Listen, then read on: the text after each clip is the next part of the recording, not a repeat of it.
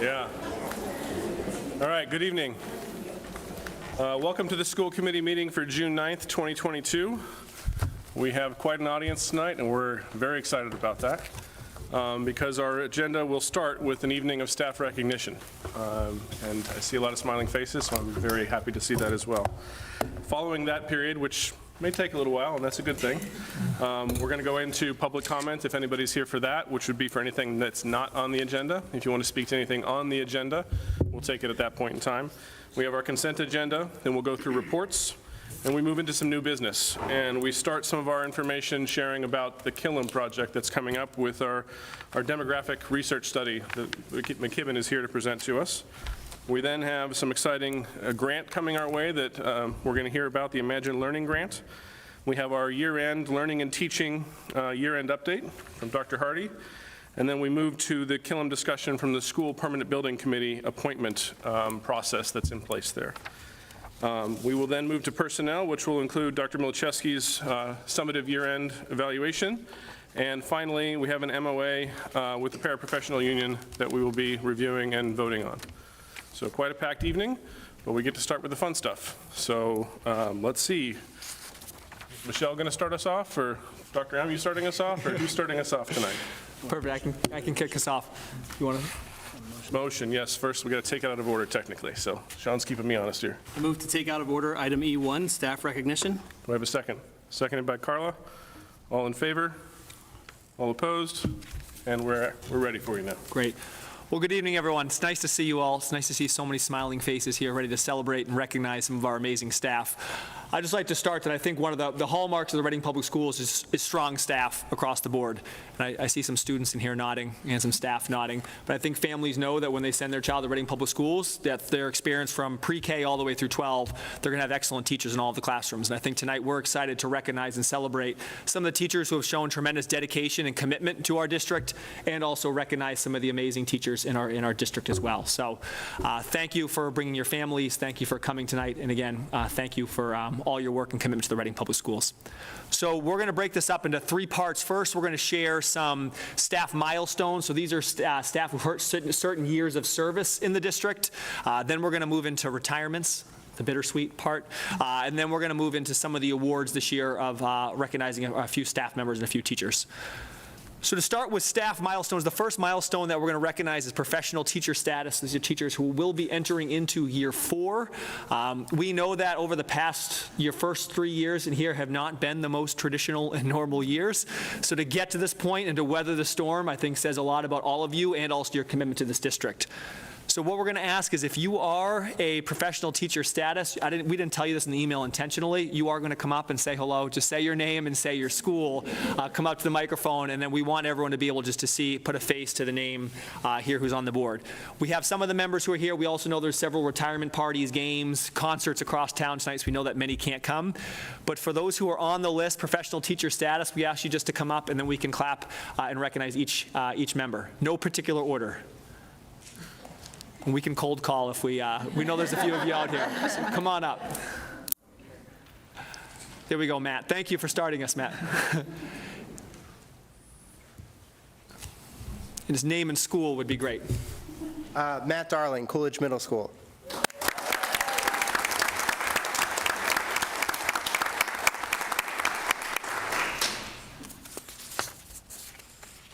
Kevin Phillips, Coolidge Middle School.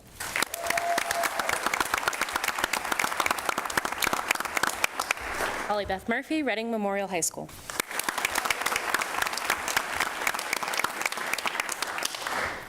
Tracy Tompkins, Rise Preschool.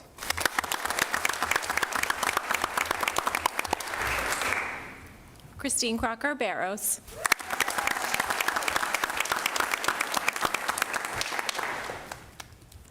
Jacqueline Lytle, Barrows.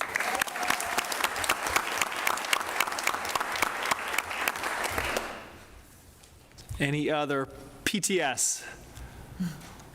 Well, congratulations to all of our professional status teachers, those who joined us today and those who couldn't make it. Congratulations on making that milestone in the most challenging of circumstances, too. We look forward to all of your bright futures here in the years to come in the Reading Public Schools. So one more round of applause for all of our PTS.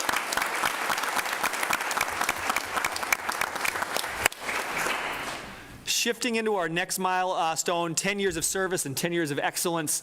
These are teachers who have made a strong commitment over the past decade to be here and to support our staff and to most importantly, to support our students. You'll see the list might get a little bit smaller as we move up. We're going to do 10, 20, and then 30. This is, again, a tremendous, we think, honor and commitment to a district to spend 10 years and also, hopefully, many more years to come. So I would ask anyone who is at 10 years to come up, also to introduce yourself and to say your school, and also be nice if you can say your role, too. That would be helpful. Natalie Cuna, RMHS, and I am the theater educator.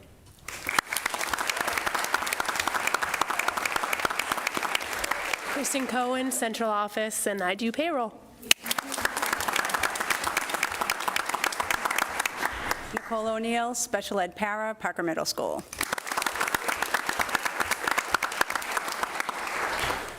Julianne Matrano, Parker Middle School.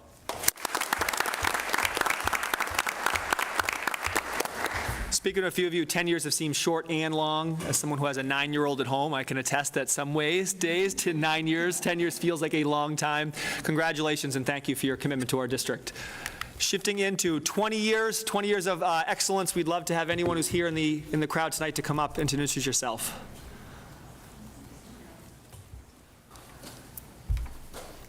Karina Becker, Barrows, Library Media, and Assistant Principal.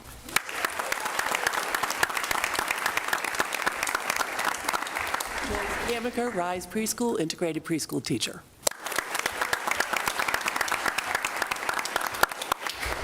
Carla Pinacchio, English Learner Department, district employee. I've been everywhere. Hi, everyone. Carol Chapman, Birch Meadow, school secretary.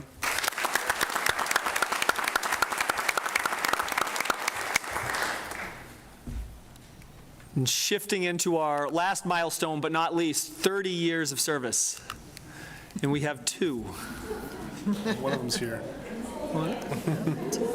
Both are here. Yep. Lucille Kellyanidis, Killam School, special education teacher.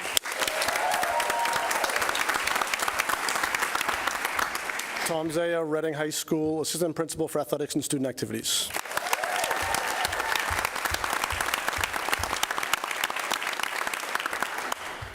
I don't even know where to begin to thank 30 years of service, and even speaking with Tom earlier, just all of the different students that, being in the district for 10, 20, 30 years that you touch, and the students that you've impacted is just really remarkable. So thank you for your service, and thank you to Lucille and Tom, who I also know are committed here for the future as well. So thank you to everyone. We would like to take a picture of anyone who hit one of the milestones up here on front with the school committee. I know it'll be a bit crowded, but we'll try to move it forward quickly. So anyone who was recognized, we'll do our best to take a quick photo, and we'll move on to retirements. Can I get the picture? I'll have some. Where's our cameraman today? Huh? Oh, he's on here. I don't know if that's going to work. The look on your face, or like the day that you Go for have it. like a Yeah. surprise party and you're like annoyed.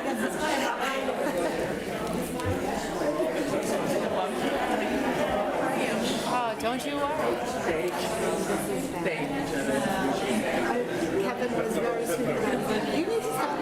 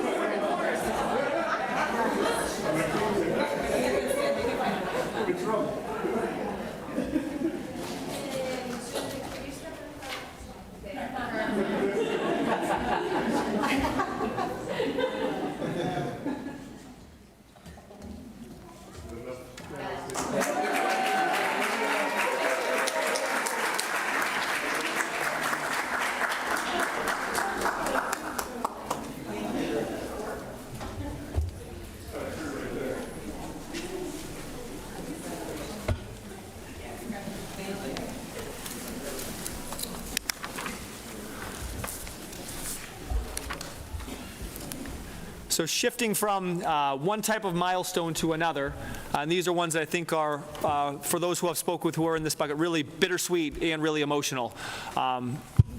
moving into retirement. So an incredible commitment to our district to dedicate your career to serving the students in the Reading Public Schools.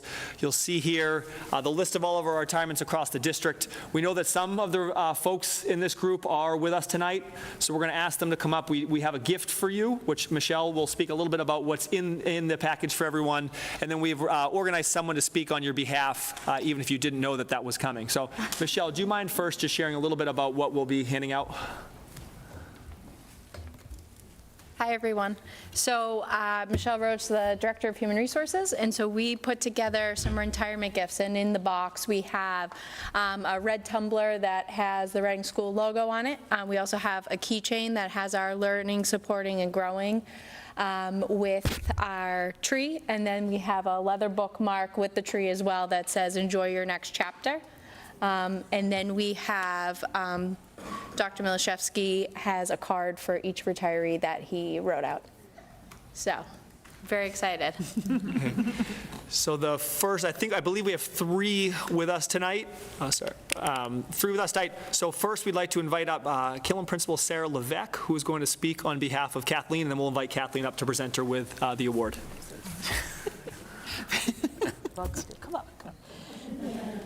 Good evening, everyone. I'm Sarah Levesque, the Killam Principal. This is Kathy McMillan, our speech and language pathologist, who for 38 years has been supporting kids, so hundreds of students that she has seen and loved and helped them grow. But most importantly, Kathy is an amazing human being, and she helps the kids become that too. So we're so proud of her, and she's very much missed, and we both promised no tears tonight. So congratulations, Kathy.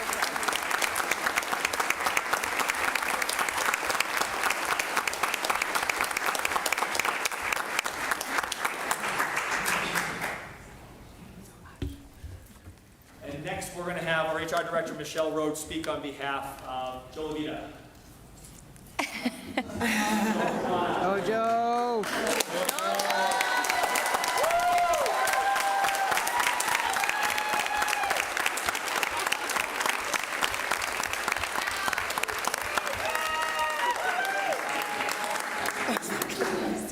So I know you're going to hate this.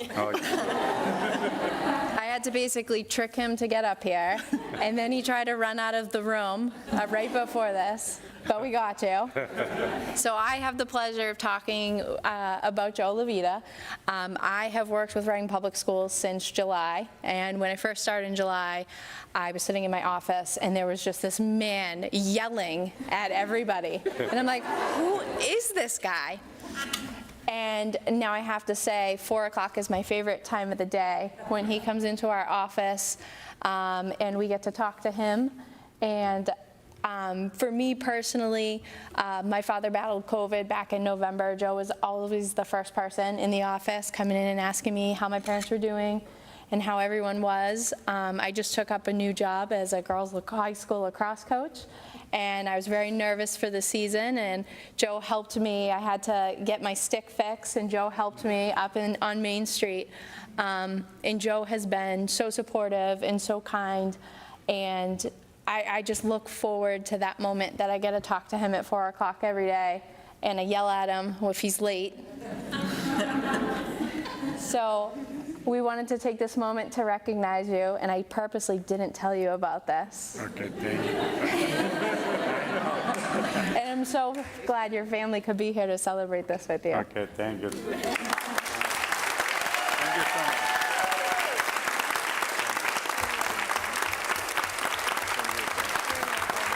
Thank you, Tom. Thank you. Okay, thanks a lot. Thank you.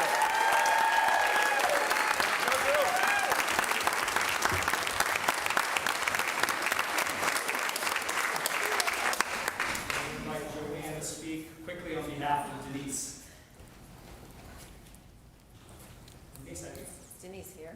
I have Denise is on here. Well, good timing for Joanne to come on up.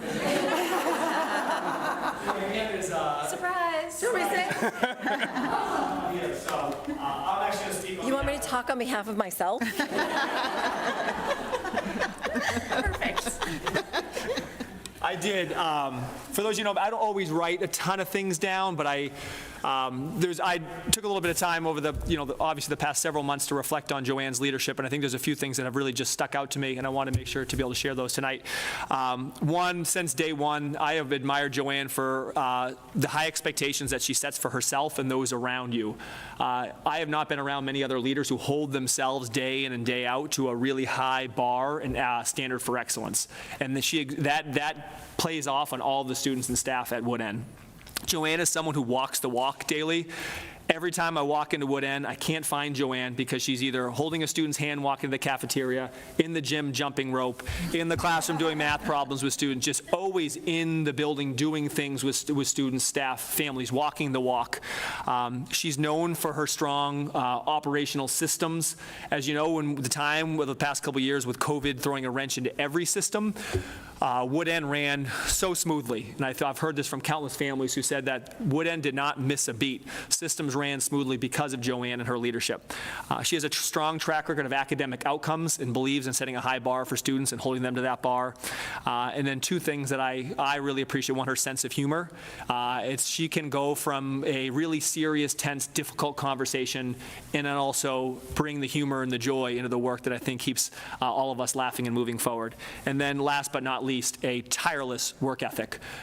Joanne around the clock, responding to emails, planning for student needs, thinking about her students. I can assure you in the last 11 years of her leadership, there hasn't been many moments where Joanne hasn't been thinking about the students at Wood End. So we are happy for you, sad for us in this next chapter.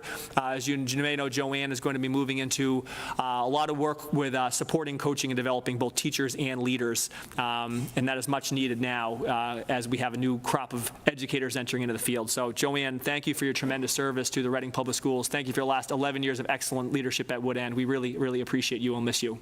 Thank you.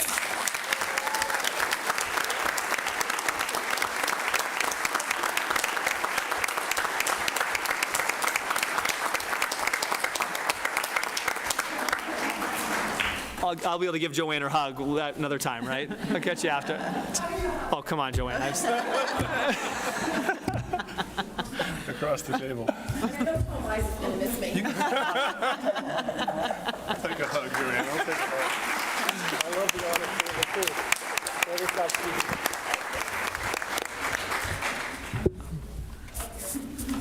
Also at this time, there's another staff member we want to recognize who's not on the retirement list, but who will be leaving us.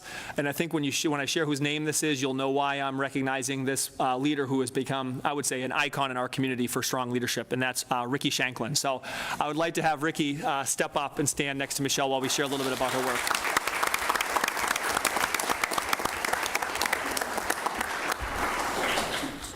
So a little bit about Ricky. Ricky is not retiring, right? But as you know, Ricky is moving out west with her family, which again is really bittersweet and hard for us, and I know really hard for the students, staff, and families at Parker. There's a lot of people in this community, a lot of people up here on the committee who could speak about Ricky and the tremendous impact that she's had on kids over the past 6 years at Parker. A couple of things that stick out to me and also to our team. One, her ability to transform and sustain a positive student culture. It is really difficult, as you know, to build a school community where every student feels safe, valued, welcome, supported, and that's the type of community that exists at Parker, and that stems from the leadership and the modeling that Ricky has set. Ricky has built relationships with every student in her building. As we conducted the principal search, the most consistent piece of feedback that I received was, you need to find someone like Ricky from the students because I trust her. I know I can go to her. And students would share so many anecdotes and stories of when they felt that things were hard for them or they had their back against the wall, that Ricky was the one who they know that they could count on in those moments. Ricky exudes a constant sense of positivity. Even when she feels like she may be down, she's still positive and pushing others along. She has an ability to take on really challenging and complex situations with a unmatched grace. And whether it's navigating situations with families, staff members, students, it is a work of art to see her, in situations that are really heightened and challenging. She has a deep commitment to equity and believing that every single student in our district we need to ensure has success, particularly those who have been underserved in our school community. And she is relentless in her passion and her support for students. Similar to what I shared about Joanne, work ethic. Ricky works really, really hard. And Ricky does not leave the office until things are done. And that means that Ricky has sacrificed nights, weekends, time with her family, time and time again to support the community at Parker. So I hope that as Ricky transitions, people take the time to thank her for the legacy that she's left at Parker.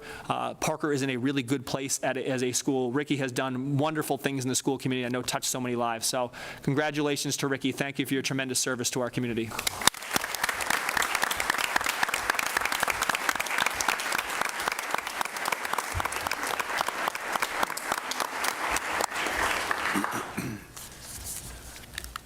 So shifting into a new award, this is the Distinguished Teaching Award. So I shared this out with our staff a couple of weeks ago and then also with our community, that there was a member of our community who had, in his will, had made a commitment to recognizing and supporting exemplary Reading Public Schools teacher. So there was a small account that was set up to be able to provide a small monetary award for these staff members. So when we asked our community to help us recognize some of the best staff members across RPS, we were inundated and overwhelmed by the nominations that we got. There's very few things this year that have given me as much joy and us as much joy as reading through those heartfelt nominations. So many from students, from staff, from families that showcase some of the amazing teachers that we have. This was really difficult to narrow this to 5. I spoke by sharing just the amazing staff we have. To narrow it down to 5 is an impossible task. What we did was we looked at all the nominations that came in, read through them, talked to people who know them best, and that helped us narrow the pool to probably 50. And then we were really stuck narrowing it. But I think that the group that we narrowed in on tonight, I think when you hear their colleagues, their supervisors, their students speak on their behalf, you will see why these staff members are really the model for so many of our educators across the district and who we think embody what it means to be a strong Reading Public School teacher. So we're thrilled to present tonight 5 awards. I am not going to share about each one. We have asked one of their colleagues, again, supervisor students, to come up and speak on their behalf. So without further ado, I believe that we have Tina to come up and speak on behalf. And if anyone's with Tina from the high school team, feel free to come up to speak on behalf of Jamie Benger. So Tina and Jamie, come on up. So unlike all of you, I had to write something down. So I'm going to read what I wrote about Jamie. My name's Tina Nutter. I'm a team chair at the high school. This is my first year here. And when I walked into Reading Memorial High School, Jamie just kind of has this like positive overall demeanor. And I would kind of describe her as a silent leader. I think she's a leader, but more in the silent way. She's thoughtful, she's kind, she's talented. She's always willing to collaborate about any case that we have. She's hardworking. She just has a positive energy about her, and she builds meaningful relationships with not only the students, but also the staff and the parents. She's kind of our go-to person in the department. When we have a difficult case, she's the person we go to. Can you help us here? Can you provide this reading service? We're in special ed. I probably should have said that from the beginning. So she's been my go-to person all year that I go to. She's always willing to take on any additional assignment or volunteer when there's a need within the department. She invests many hours working with students during and outside of school. She cultivates an environment in our classroom where students feel safe and they're able to advocate for themselves and take risks because they feel important in our class, is what I've noticed. She provides them with honest feedback. She gives good data within our meetings when we're trying to provide services. And I just feel like overall our school community is a better place because of her leadership.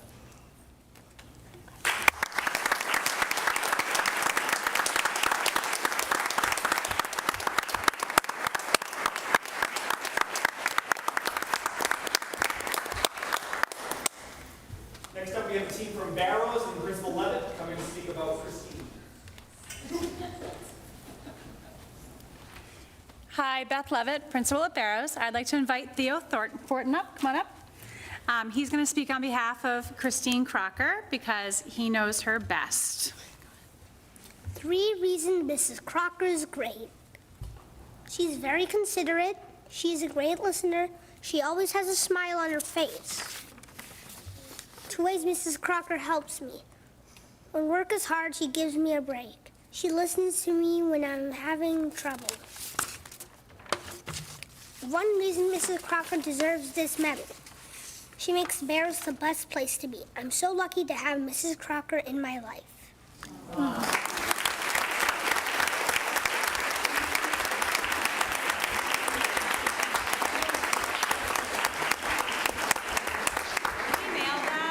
He is absolutely right. Christine Crocker, as our school psychologist, is truly, yeah, I'm crying too. She's truly exceptional. She not only helps all the students, but all the staff as well. I think every adult and child in that building couldn't get through our day without Christine Crocker, so congratulations.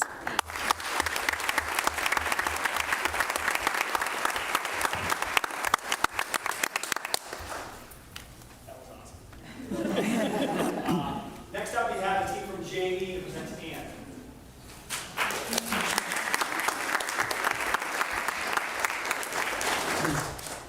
All right. Hi, everyone. I have the pleasure of speaking on behalf of Miss Manna, known as Miss Manna the Pandas, her class theme. Ann is an incredible teacher. She's the kindergarten classroom. She's out in the modular. And you walk into her room, and you just feel the sense of love that Ann has for, I'm going to have a moment. And I just met you this year. That she feels for every one of her children. They feel seen, loved, and cared for in her classroom. And her daughters are here too. I've met them, I think, since the beginning this summer, spent many days. Family deal. So it's a family affair over at JE. Ann has built a sense of reflection and a love for learning in her students. It's not uncommon to walk into her room and students say, look at where I was in the beginning of the year, but look at my writing now. They're just so proud of their progress, and Ann has built in, that sense of tracking their learning. Ann is fun. So she loves Zumba, and she will bring Zumba into the classroom quite frequently with her students and gets dancing right there with her. Her daughters have joined us as well. But you walk in just the sense of joy and community. So I have a couple of words from some of her students. They said, Miss Manna is the best because she makes everything fun. We do a lot of fun activities like the marble jar party, and their favorite activity was painting rocks. Do you remember? And she tells us where we do great in our reading. A common theme from students was the joy that they had in their reading conferences with you. That came up. They love the conferences.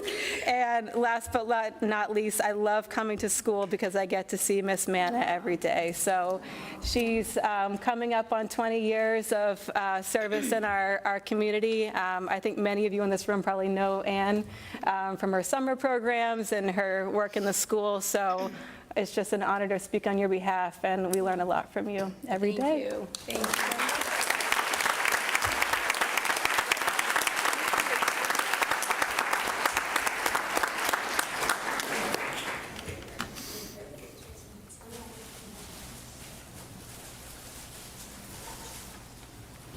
Next, we ask Latifah Lauren Justice, Mr. Albright, to speak about Tim.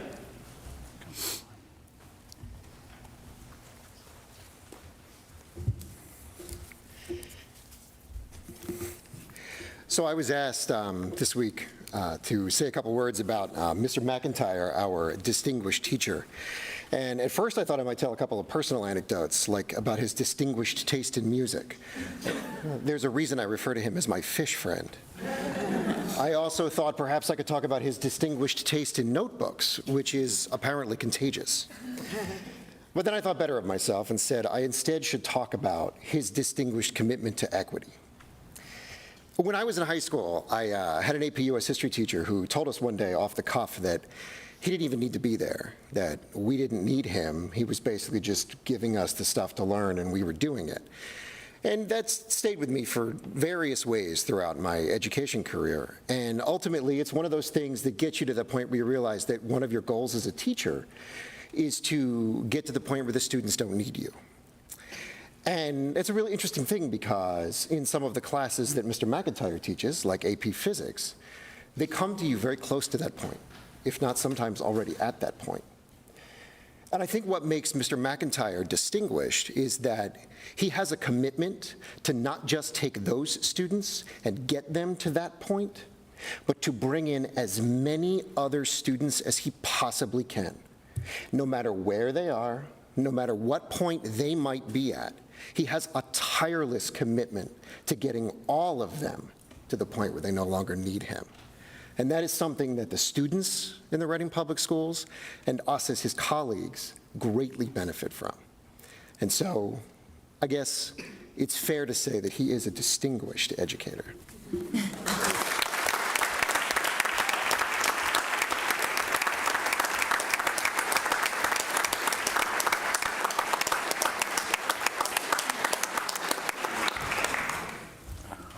Last, but certainly not least, I invite the team up from Harvard to speak on behalf of Andrew.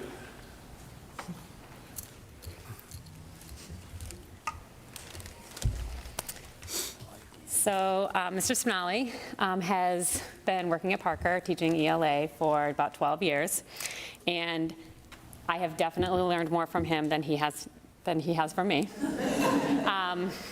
Quick to celebrate me when he thinks I'm doing well, and quick to tell me when I need to work on some things. So, but no, Andrew is just a fantastic teacher, and he's 100% committed to the student experience in his classroom, which is why I thought it was best fitting that some of his students come up here and say a few words about why he's so distinguished.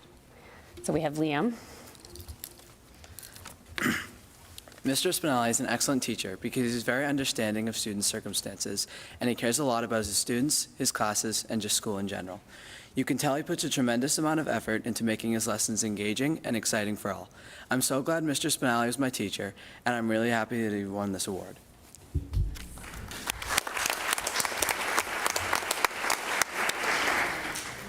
I'm Layla, and Mr. Spinelli has always been very understanding and sees every student's perspective because he can relate to all of us. He's a very powerful person because he says what he feels, and he's a very important part of the Parker School because he knows how the students and teachers feel. He puts himself in other people's shoes, no matter what the issue is.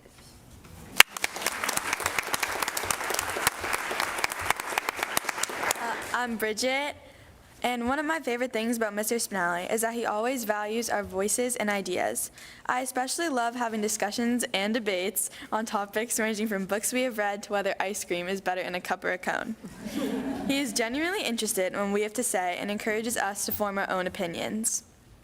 Though I still disagree with him when he says the edge piece of a brownie is better than the center. I do agree he deserves this award. He's definitely one of the best teachers I've ever had.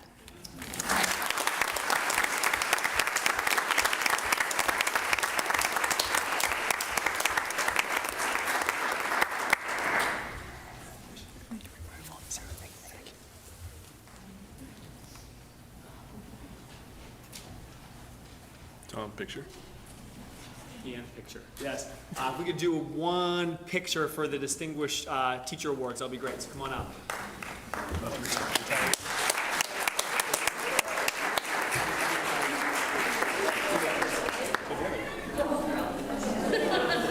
Or no, separate, all retirees together. Do that.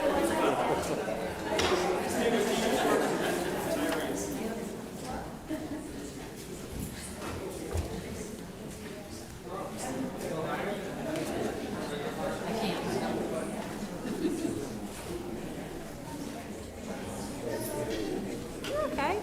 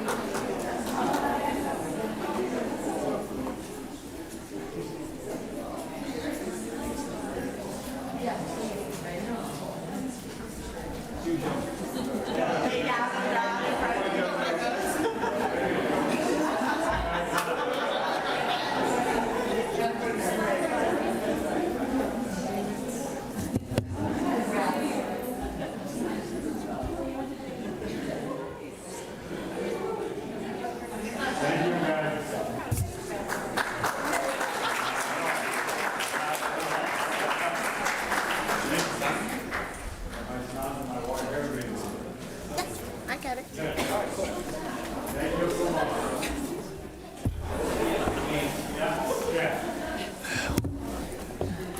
And then before we close our awards and recognitions part of the agenda tonight, we one more award, which is a new award called our Distinguished Leadership Award.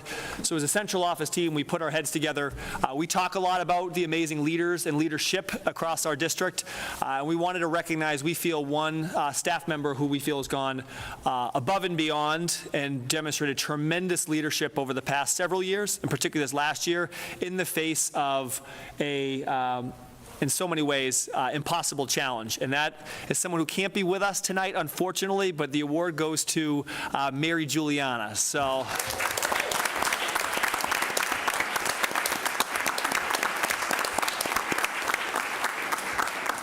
So I'm going to turn it over to Dr. Stiles to talk a little bit about Mary and her work.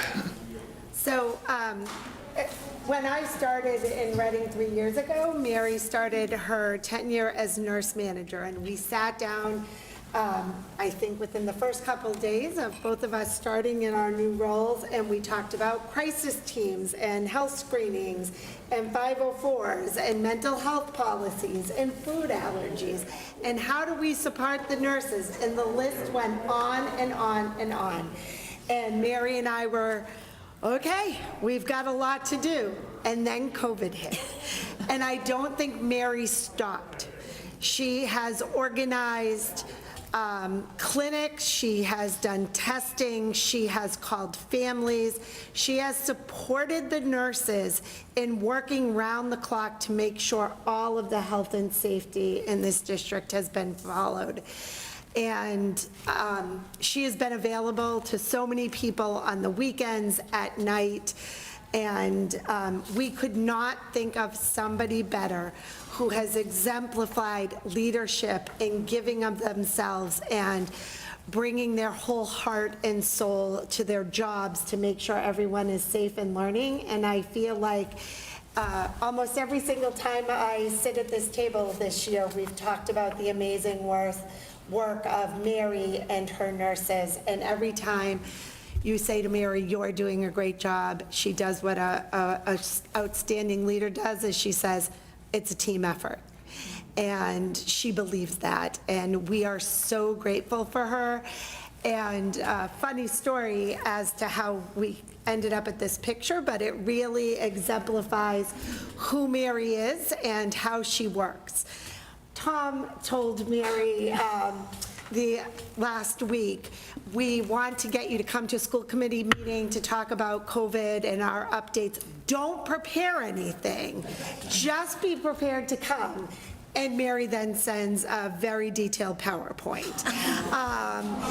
And so thanks, Jen. Well, I am also not blameless in this, because then I call her yesterday to get her downstairs so we could give her her award and just thank her. And I say, Mary, I'm in a meeting with the BCBAs. Can you come down? She was like ready to come in and apply bandages and provide mental health counseling to everybody in the meeting. And we said, Mary, we are here to thank you. And it could not be more deserving. And that really exemplifies who Mary is just every single day for all of us. So thank you to Mary and to everybody.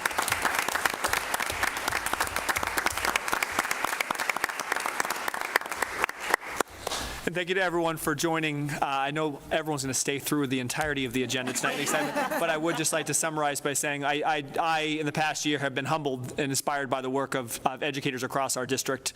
Again, in a time where great teaching and great leadership matters more now than ever, given just the state of the challenge that we face on a day-to-day basis. So tonight we recognize just some of the amazing teachers that we have across our district. Thank you to all of those who came tonight.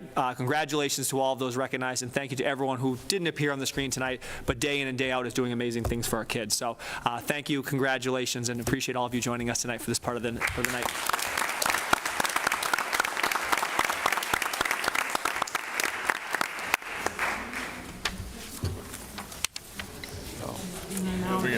think we should not have the meeting. Is we finished right now? Want to adjourn? Let's, on a high note. It doesn't start.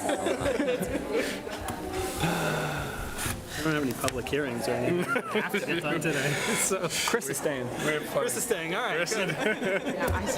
Chris, I didn't see you hiding. She's hiding. If you told me what it was, I would have tried Big on asking Give the room a minute to clear out a little bit.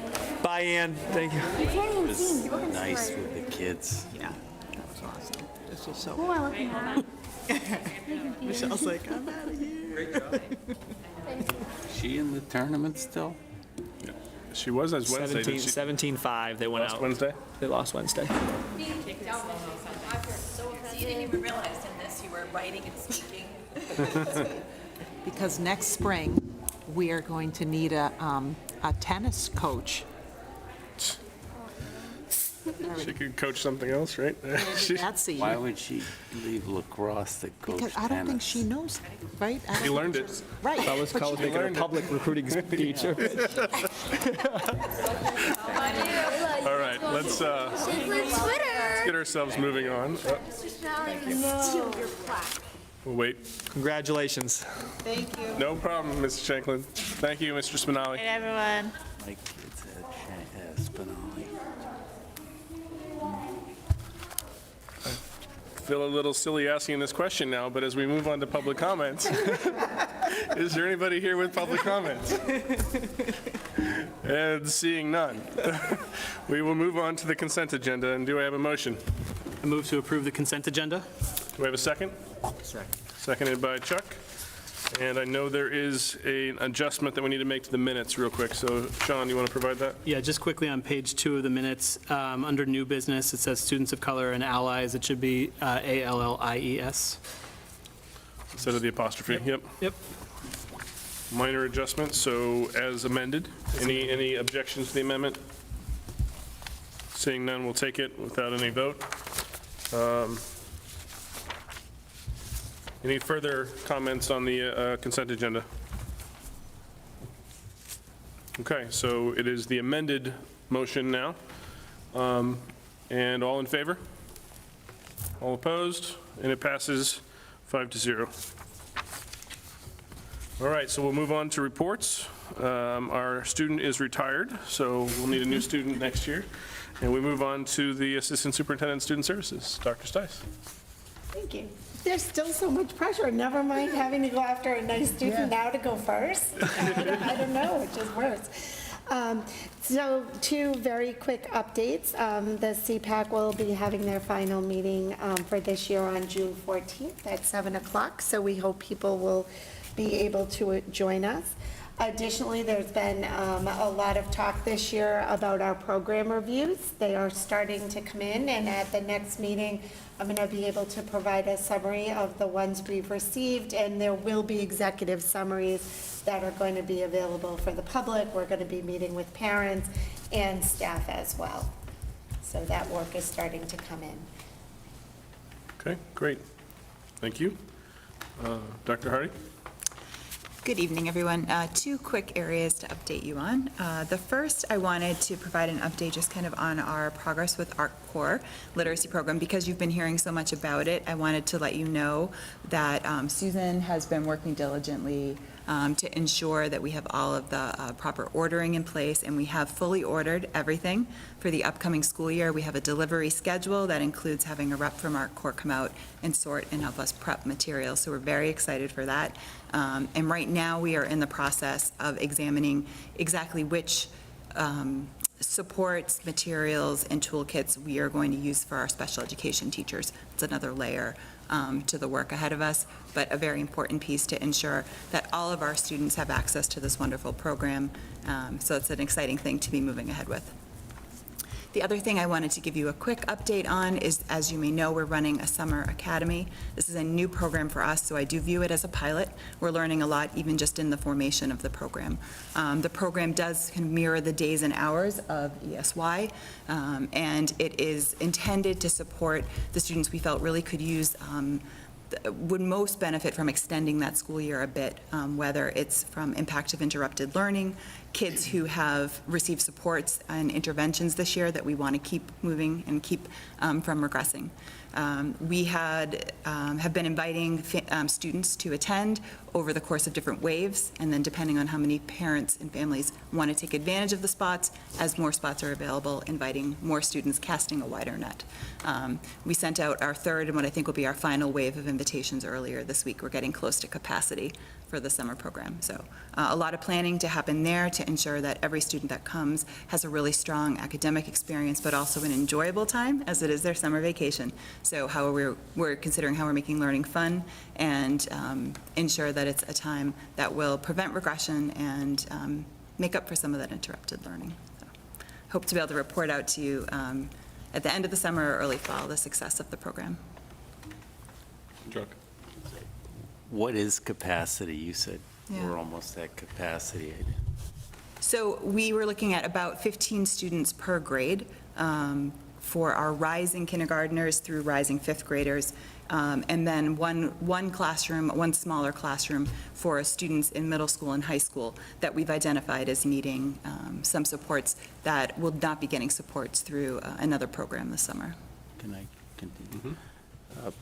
Susan, how's the budgetary aspect of this in terms of, are we all right with?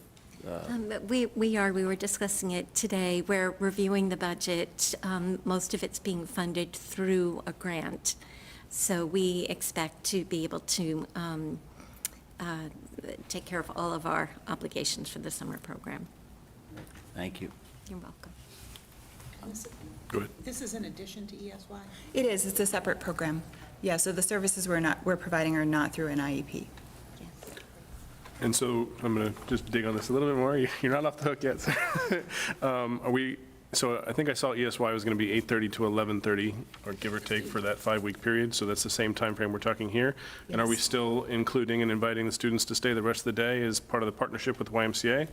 Yeah, so in the afternoon, we're offering a summer adventure program, and that program we've made available to the families of students in ESY and also the families that are coming to the academy, and that is tuition-based, and Chris Nelson is the one that's coordinating that program. We are partnering with the YMCA to offer some different centers for the kids, and again, we've been planning for that program as well, so that it has a camp-like feel for kids, that we are, of course, we really believe strongly that time for play and building social development is important, so we're excited for that opportunity and making sure kids have adequate support and supervision. Can I ask another? Sure. With regard to staffing, is that all in-district staffing, or are you bringing anyone from out of district? Great question. So our first preference and our first call out for staff was in-district. We were not able to fill all the positions with in-district staff, so we have begun to hire teachers who do not currently work in the Reading Public Schools, mostly in the teaching positions within our paraprofessionals and also the extended day staff. We've been able so far to fill all the positions with internal staff. Thank you.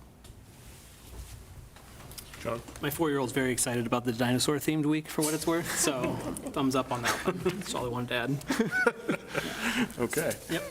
There you go. I'll take them to Durazzo. Go ahead, Ask Dr. one Stice. thing, I can't talk the dinosaurs, but I did want to be explicit because I know the CPAC had brought up some concerns about making sure everybody was equally supported. We have amazing general ed and special education staff partnering together. We're actually having one of our school psychologists work with the extended school year program to make sure all the accommodations and IEPs are implemented. I think it's just another example of the community partnerships that we're developing within our school, and then also with the YMCA. So we're very excited about that. Okay. All right, so now we'll move on. Mrs. Baton, do you have any updates? Yes, a brief update this evening on the school choice program. On Friday, June 3rd, we selected all applicants who applied for school choice. There were 8, all were placed, 3 in the secondary level, 5 in the elementary level. Of the 8 students who applied, 6 are students of school employees. So we're very much looking forward to having these new students enroll here in Reading. Great, thank you. You're welcome. Okay, Dr. Milczewski? Great. I have a few updates tonight. First, I would like to give a shout out to Kyle. Kyle, a fifth grade student at JE. Kyle was the superintendent for the day this past week. So if there's some great decisions made earlier this week and some really high morale in the buildings, that was because of Kyle. So Kyle his family won this in a charity raffle. So Kyle and he had a team with him, CJ and Lucas, who he called his assistant superintendents or superintendent bodyguards, depending on the circumstances. And we visited classrooms and gave feedback to students. They jumped on with me around some strategic planning lessons with some district leaders and students, and also gave feedback to some students who were pitching their advocacy speeches and how to make our district better. So shout out to Kyle. Kyle did a wonderful job in that role. So it was a fun day for us as well. Other updates, I shared with the Parker community recently to announce the hiring of Ms. Rochelle Rubino as the next Parker principal.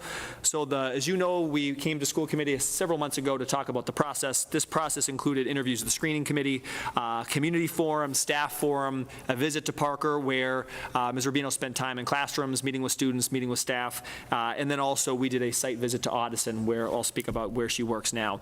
All of those, we think Ms. Rubino excelled in all of those phases of the process and really is someone we're very excited about bringing her leadership to the district. Rochelle Rubino is currently the assistant principal at the Audison Middle School in Arlington. She's been the AP for 4 years there. Prior to that, she was an ELA and journalism teacher at the middle school level in Revere and in Ipswich. Also, currently, she's an adjunct professor at Salem State University in their administrative leadership program, so supporting aspiring principals. She teaches 2 courses, one in educational law, and then the second in seminar course, which is supporting people making the transition from teacher role to a principal role. So I know Ms. Rubino will be releasing her entry plan on July 1st, and she's very eager, currently working with Mr. Pledge, Ms. Shanklin to support the transition, but she's very eager to get up and running in the Parker community. Other quick updates. One, we've spoken a couple of times this year around the DESE district review. As you know, we were randomly selected for a review from DESE.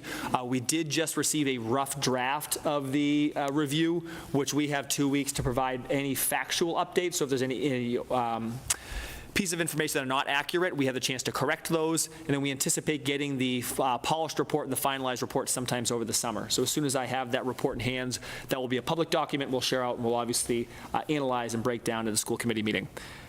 Also, I've spoken a couple of times this year about my entry process. We are now in the phase where I'm working with our central office team and principals to begin consolidating all the information that we brought forward in the entry plan, also including information from the district review, also from our school visits, from program reviews, a lot of different sources of data to begin the process of revising our district strategic plan. So I'll keep the community posted as we are moving that work forward. We expect to have a revised district strategic plan building off the work of the previous administration by sometime later this summer. And then last but not least, I'd like to thank the entire Reading community for all of the support around graduation. So we know that there was a huge turnout last Sunday to celebrate our graduating class of 2022. There was a lot of work from staff members and families that went into making that day really special. And also a special shout out to all of our seniors moving forward. We're really excited about their futures and we're really proud of all of their accomplishments here in the district and in our community. So thank you and congratulations to the class of 2022. We look forward to following all of your successes and accomplishments in the years to come. Okay, great. So we'll move on to the liaison and subcommittee, and I'm going to switch sides and start over with Aaron and work our way back this time. No report tonight. No report. That worked well. Chuck? I have no report, thank you. Carla? I have a comment to make that tonight on Channel 7 WHDH News, one of our 5th graders at Joshua Eaton was, she's trying to break a Guinness book. Her name is Maria, trying to break a Guinness Book World Records on reading as many books as she can in a grade, in a year's time. And she has read 202 books so far, and she's planning on reading one a day for the rest of the year. So, That's great. How many does she Good need luck. to get the record? Great question. when the last conversation I had with we met with the family, we had a chance to meet with Maria a couple of times, and there's not a set sort of record for that age group, so I think she's going to be setting the bar. She wanted to emphasize to me, and her family wanted to emphasize, that she is not reading to break the record. She's reading because she loves to read, and then this result is just a byproduct of her, love for reading. So when we met with her family, she came in with a book and was reading on the couch in my office. So I know that the JE team is very, very proud of her. So thank you for pointing that out, and I hope the community tunes in tonight. Can I ask you a question? So how does she have to write a book report or something every time she reads a book to demonstrate that she read it? How does that Guinness? She showed them on the bookshelf. You could see them all on the bookshelf. Honor system. Chad. Honor system. Honor system. Yep. Were you questioning the fifth graders? No. Yes. Curious. Yeah, they have. Okay. Good question. Sean, do you have any updates? Just briefly, the ARPA committee is next due to meet on Wednesday, I believe. Yes, the 15th. The 15th, correct. And I think Carla mentioned last time that the audit committee had met and reviewed the RMLD audit. We're working on scheduling the townside audit review, which will be likely later this month. Okay. We will be posted for that if the rest of the committee wants to join. If you don't, no big deal. But it'll be available to you. Couple of quick things, not necessarily liaison or subcommittee, but a couple of quick points of note. The Permanent Building Committee Appointment Committee is the school committee chair, the select board chair, and the town moderator. There are 2 members up for reappointment, and there's only 2 members applying, those 2 members that are up for reappointment. So that meeting is on Monday. I think we'll interview them technically, but it's probably going to be the 2 members that are up, and apparently they're in good standing, so that's one thing. And then the other thing is, after that meeting, the school building committee will have its first meeting, and that's one of the reasons we have that conversation later in our meeting tonight. So just wanted to let everybody know that that's Monday night, the 13th. Okay, so we'll move on and appropriately transition into the Killam update. And Susan, I think you'll probably do the introduction for us. I would. I'm pleased. Before I do, I got to think, I take something out of order. Sean, let's do 2 through 5, Sean. I move to take out of order items E2 through E5. Do I have a second? Seconded by Carla. And all in favor? All opposed? None. Passes 5-0. Okay, sorry about that, Susan. Back to you again. Okay. I just wanted to share with you all that I'm pleased to introduce Dr. McKibben, who's currently the senior demographer at McKibben Demographic Research. He specializes in population projections and estimates, demographic methodology, enrollment projections, boundary modifications, and redistricting. Dr. McKibben has completed over 1,000 forecasting and estimates with populations ranging in size from 2,000 to 6 million for communities across the U.S. and has worked with a number of high-performing school districts here in the Commonwealth. So Dr. McKibben is here to present to us the enrollment study. Thank you, Dr. McKibben, for being here this evening. And included in your packet is a copy of the report and the PowerPoint. Clicker, coming your way. Oh, thank you. Thank you, sir. Thank you, Susan. Mr. President, ladies and gentlemen of the board. First off, before I start, I'd like to compliment the board's planning abilities and foresight that they could schedule this meeting on the evening between the 2 Celtic playoff games. I'm impressed when I saw that tonight. So, mentioned Jerry McKibben. I'm a demographer. A couple things before I go in. I'm going to try to do this in 15 minutes because we're under time strain. First thing I'm going to point out, don't let that Rock Hill, South Carolina fool you. I used to live in Gardner. I used to teach at Eastern Connecticut. My wife was at Fitchburg State. My son's, he's a fanatic, Boston, everything, because he came of age when he was in this area. Patriots, Celtics, Bruins, whole 9 yards. We've done, I think now, probably about 60 or 70 our Massachusetts school districts in the last 7 years. I lived up here for 6 years and didn't do any of them. Left the state and somehow became an expert, and they've been bringing me back ever since. That was 18 years ago. Secondly, these are not projections, they're forecasts. seems like a splitting hair, but it's a really important difference. A projection is where you take a past trend, usually year-to-year survivorship, second to third, third to fourth, over the last 5 years usually, create an algorithm, and then use that to project literally your enrollment out to the future. Very quick, very easy, very simple, and until the mid-1990s, about all you had for school district forecast enrollment examples. The problem with a projection is it's almost never correct, because the only way a projection can be correct is what's happened the last 5 years replicates itself over the next 5 or 10. Now, I don't know about any of you here, but I sure hope we don't see the last 5 years again anytime in my lifetime. So forecast is different. It's a two-step procedure. In this case, we do a full population forecast, 0 to 4, 85 plus, male and female, for all of your attendance areas. Build a fertility, mortality, migration model specific to that area based on housing composition, housing tenure, age structure,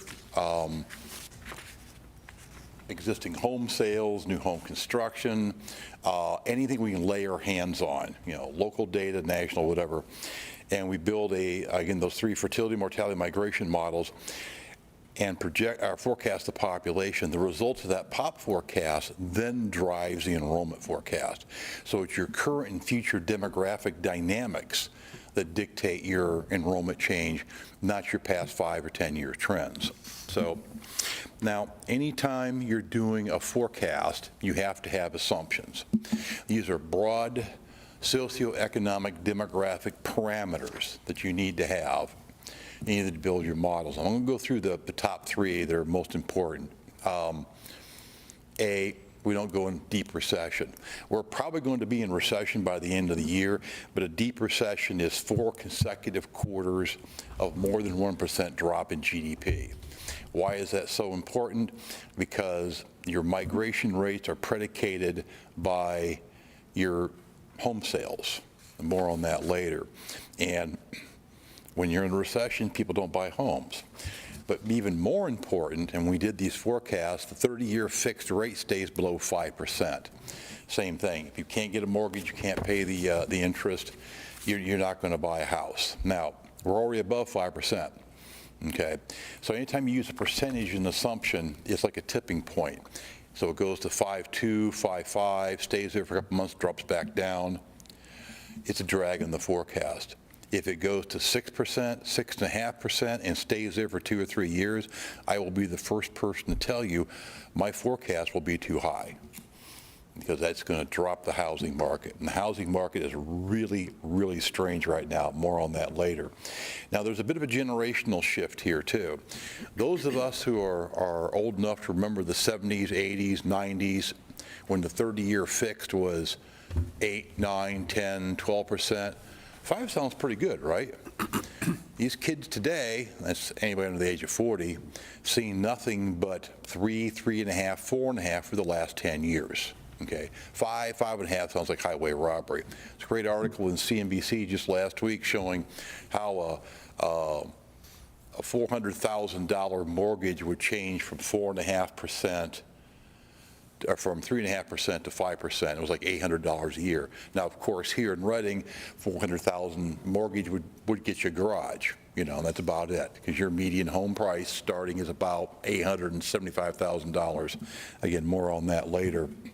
So those are the 2 big factors that we're going to be looking at here. What's the economy do?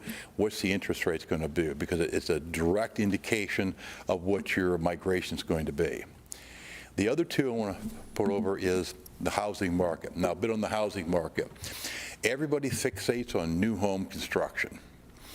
But even in the best of times, new home construction only makes up 10% of the housing market, probably even less here.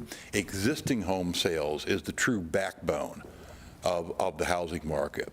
And that dynamics are the one that's going to dictate what your housing turnover rate's going to be. We assume in these forecasts that you're going to have 400 existing home sales should be a housing unit, but 400 home sales each year over the next 10 years, and 30 new single-family homes or housing units constructed per year.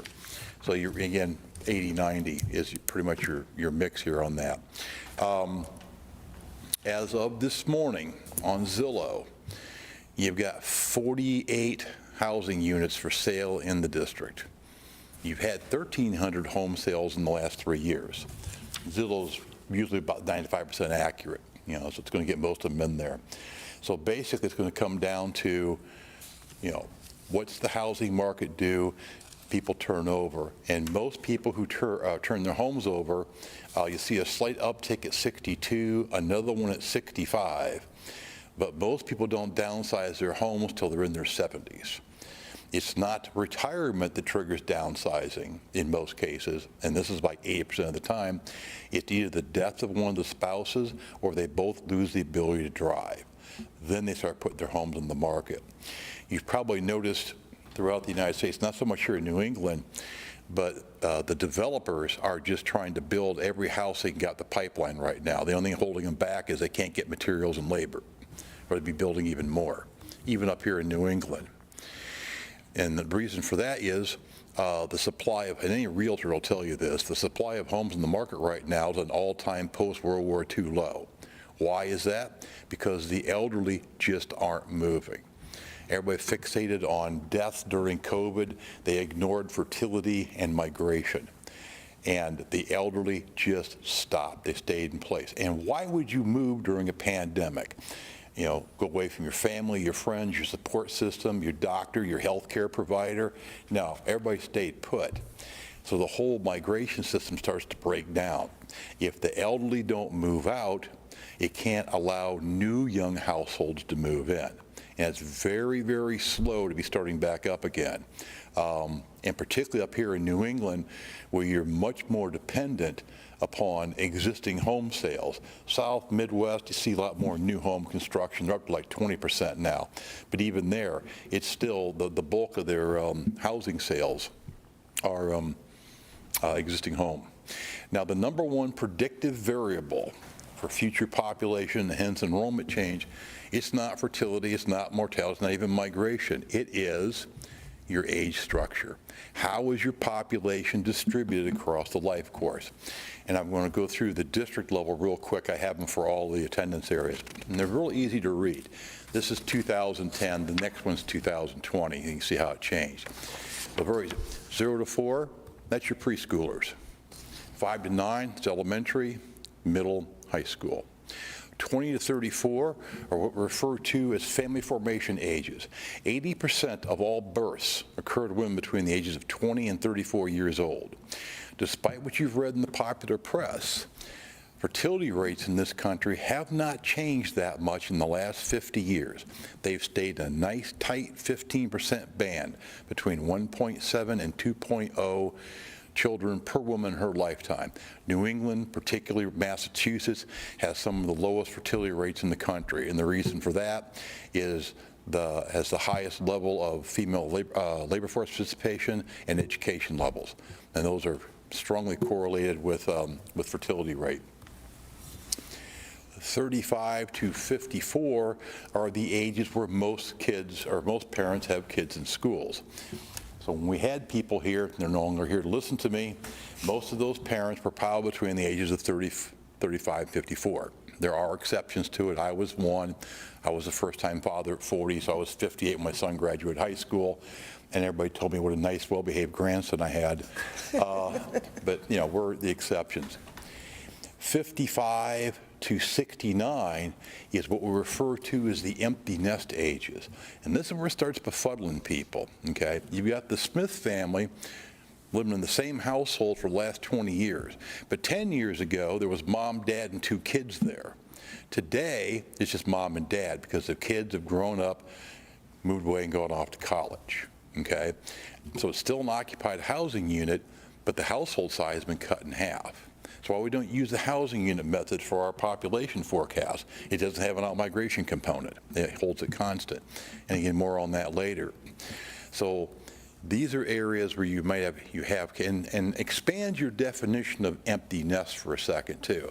Traditionally, we think it's when the last kid graduates high school, but you can be empty nest of preschool and elementary, preschool, elementary, and middle school. There's a lot of housing, there's a lot of areas in Reading that have school-age kids, but they don't have any preschoolers, probably don't have any elementary, and they're not going to have any more, okay? Because usually when you're in your 40s, and that's when what their ages are, they're done, okay? More on that later. 70 and over, what we call the turnover ages. About 80% housing turnover occurs to householders in their 70s. That's your real metric to look at housing turnover rates. So now this is 2010. So we can see what happened in 2020 census. And what happened? Well, the people who stayed got 10 years older, okay? These are the people that moved in. These are the people that were there in their 40s are now in their 50s and early 60s. But go back a second. I want you to note, see this 0 to 4 bar, how it's smaller than 5 to 9? Okay, we call that the deficit. It's very common in any kind of a suburban area, okay? The reason there's this deficit is because you have very, very few women in prime childbearing age. You can have a total fertility rate of 9. If you don't have women between the ages of 20 and 34 years old, you're not going to have any births. So what happens is you have this deficit, okay? Now, do the dummy forecast in between 10 and 15. If no one had moved into Reading, just left your own demographic devices, and everybody aged forward, your elementary enrollment would have dropped by about 400 students. Why? Because the cohorts coming in behind them are smaller. Well, it didn't, of course. Actually went up a little bit. That's how we can start measuring what the household compositions are, build migration models of people moving in and bringing those kids with them. So these people who all moved in, these age groups here, in the last 10 years, brought kids with them. Now, this consistent, and that's the thing, when people see new households move in, they want to add it to what they already have in enrollment, not realizing the cohorts coming in behind them are smaller. And again, you see this just about in every suburban school district in the country. COVID knuckleball coming in here moving forward, everybody fixated on the 400,000 additional deaths in 20 and 21. What they weren't watching was the fact that births dropped by 300,000. All COVID did was amplify already existing demographic trends. Births have been dropping for the last 13 years, and deaths have been going up. They just really made dramatic moves during COVID. Now they'll level back off again, but every school district in the country is going to be looking at smaller cohorts coming into kindergarten and first grade in 25 and 26. So that's another factor to come in there, because you need that in-migration to fill in that deficit. Not so much bringing elementary age kids with them, but preschoolers. Now, we also refer to this your demographic fingerprint, because no two areas have the same exact size and shape of distribution of their population. But before I go to that, notice the large bubble here, now late 50s, early 60s, early 70s. As you go forward into the next 10 years, if they're still here, they're going to age. They're going to start moving into housing turnover ages. And again, this is the dominant trend in the United States. You're going to see between 14 and 16 million baby boomers in this country downsize their homes in the next 10 years. And probably after 2025, when the peak of the baby boom starts getting into their 70s. Right now, the peak is 66 years old. The front end is 76. But you're a little older population than the state and national averages. So you're going to see a greater proportion of householders going to downsize, particularly after 2025. So if you look right at my forecast very easily, we'll get to it when we get to the district level, kind of this hook that's going up in your enrollment for 2025, that's what's driving that, is that existing home turnover, because either one of two things are going to happen. The owners are going to die off and have empty households, or are they going to be in there with new young kids? And I don't think you have empty households around here. You're going to sell them. This is a very desirable market, although driving up here on 95 was a bit of an adventure, but I won't go into that story. I'm sure that's a daily event around here. But yeah, there's demand to move out of the metropolitan core and into the suburban areas, and they're going to, again, since you don't build that many homes, it depends on what areas have a lot of existing homes on the market. You're going to have them. So go back to the, quickly through the elementary areas. You have Borough, you have Birch Meadows, Killian, which has right now, bring them forward 10 years, they've got a lot of people in their early 60s right now. You're going to see a fair number of turnover in that area. Same thing with Eaton. That bar is now in the early 60s, and then even in front of it going in there. These are the areas that have the oldest distribution of the homeowners, okay? And then Woods End, which of course is the smallest one. Quickly on the characteristics, this is 2010, not all the 2020 data is out yet, but some is.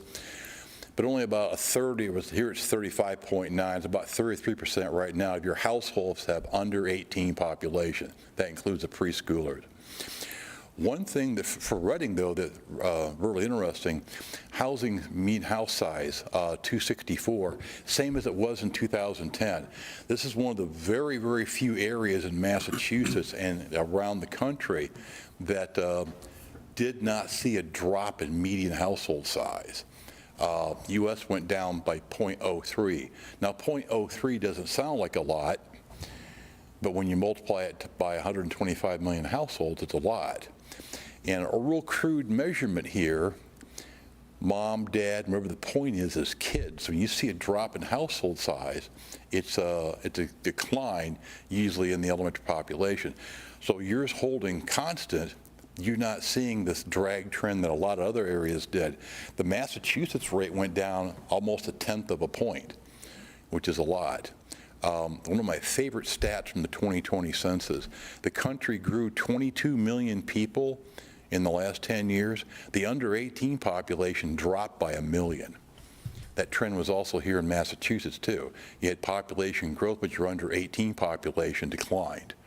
Okay, so any variable that goes against that trend, which is already negative and should be declining, speaks well for the area. Householders, this 44.6 of between 35 and 54 is now down to about 42. The good news is you've got a large number of householders over the age of 65. This is now close to 25% and probably close to 20% over the age of 70. Owners versus renters, I'm going to go over my 15 minutes, Susan, here, I'm sorry, but this is an underutilized dynamic. Owners and renters have completely different demographic dynamics. Owners tend to be older, have completed their household size, they've had all the kids they're going to get, and they move an average every 14 years. Renters tend to be younger, still having kids or have preschoolers, and move an average every 2 years. So they have completely different dynamics. Now the district might be 77%, but you've got a wide range between 90% at Eaton down to 76% at Killian, and then down to 59% at Burroughs. You know, so there's a wide range in here. This is why you can't take a district-wide model and put all your attendance areas. You're going to see some significant differences between the areas the way the boundaries are drawn. Single-person households, 23%. That's about normal for the area. Single over 65, these are the ones that are probably going to be downsizing very rapidly. That 10% is now up to 13%. So again, that size of homes that are going to go on the market, turn over and allow new, younger households, more than likely with kids, to move in, that number will do nothing but go up over the next 10 years. Okay. Now this is again from 2010, but it's a good illustration, single year of age. And I do this because I get this all the time from school districts. Oh my God, we've got this big kindergarten class coming in. Oh, we have a small first grade, panic in the streets, whatever there was.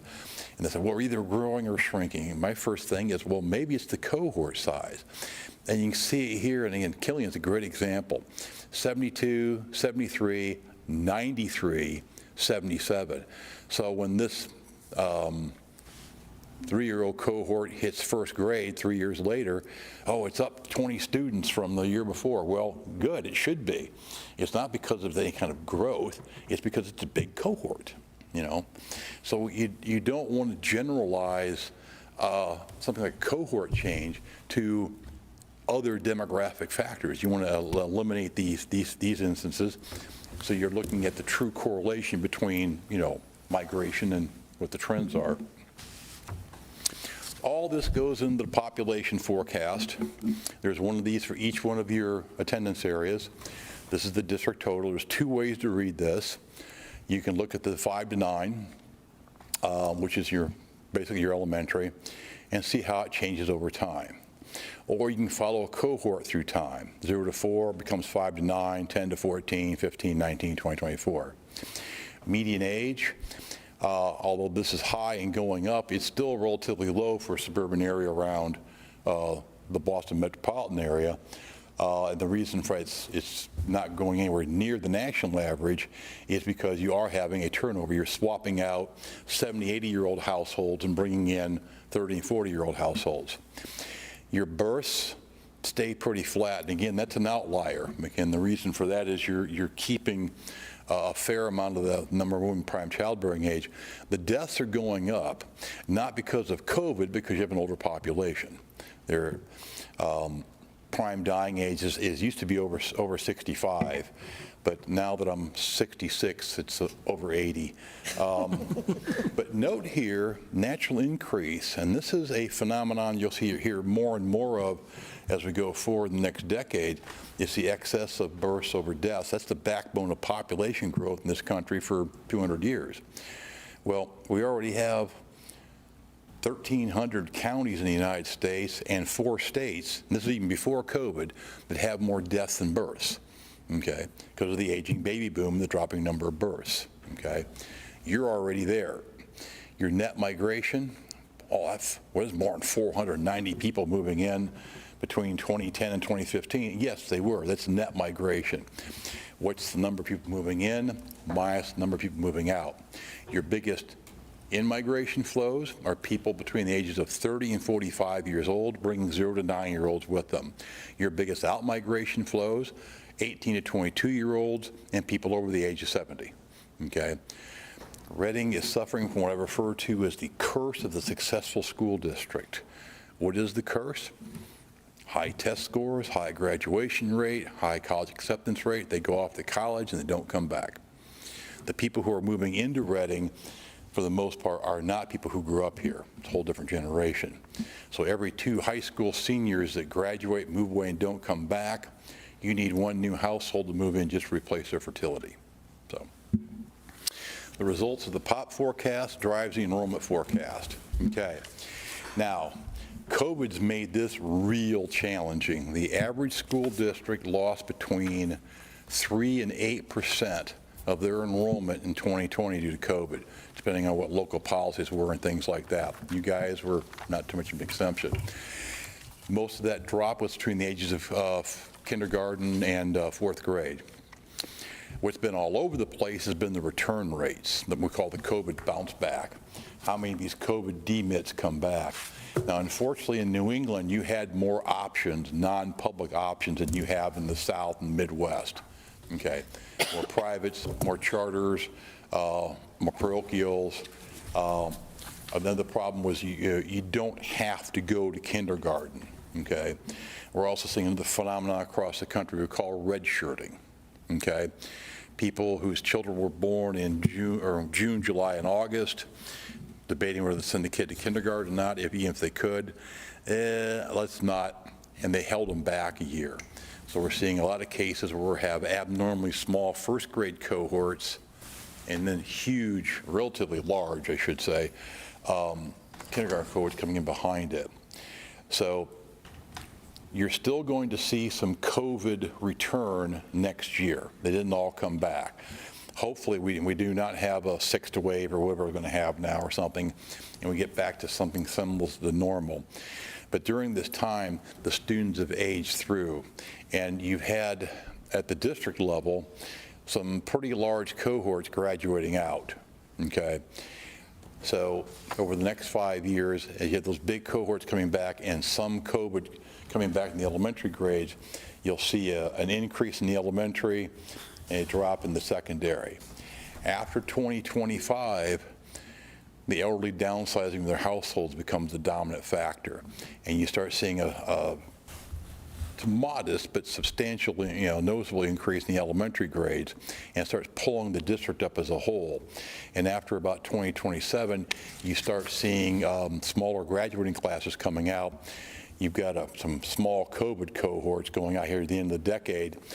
Fewer going out, higher growth through that period.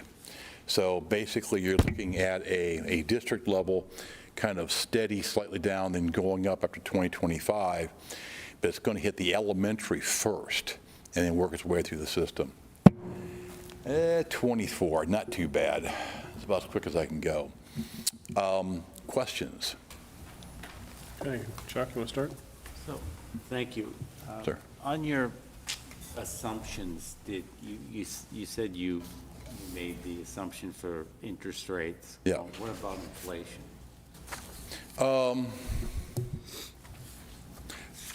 Well, not as much of a factor as interest rates. Although it's going to shock, the young people who haven't seen this for 40 years. Us old, well, I won't say we're old, hardened veterans or anything, but those of us experienced guys have, know how to deal with that. But I don't think the inflation, that actually may have another effect. Let's get in and buy that house now before the price goes up because of inflation.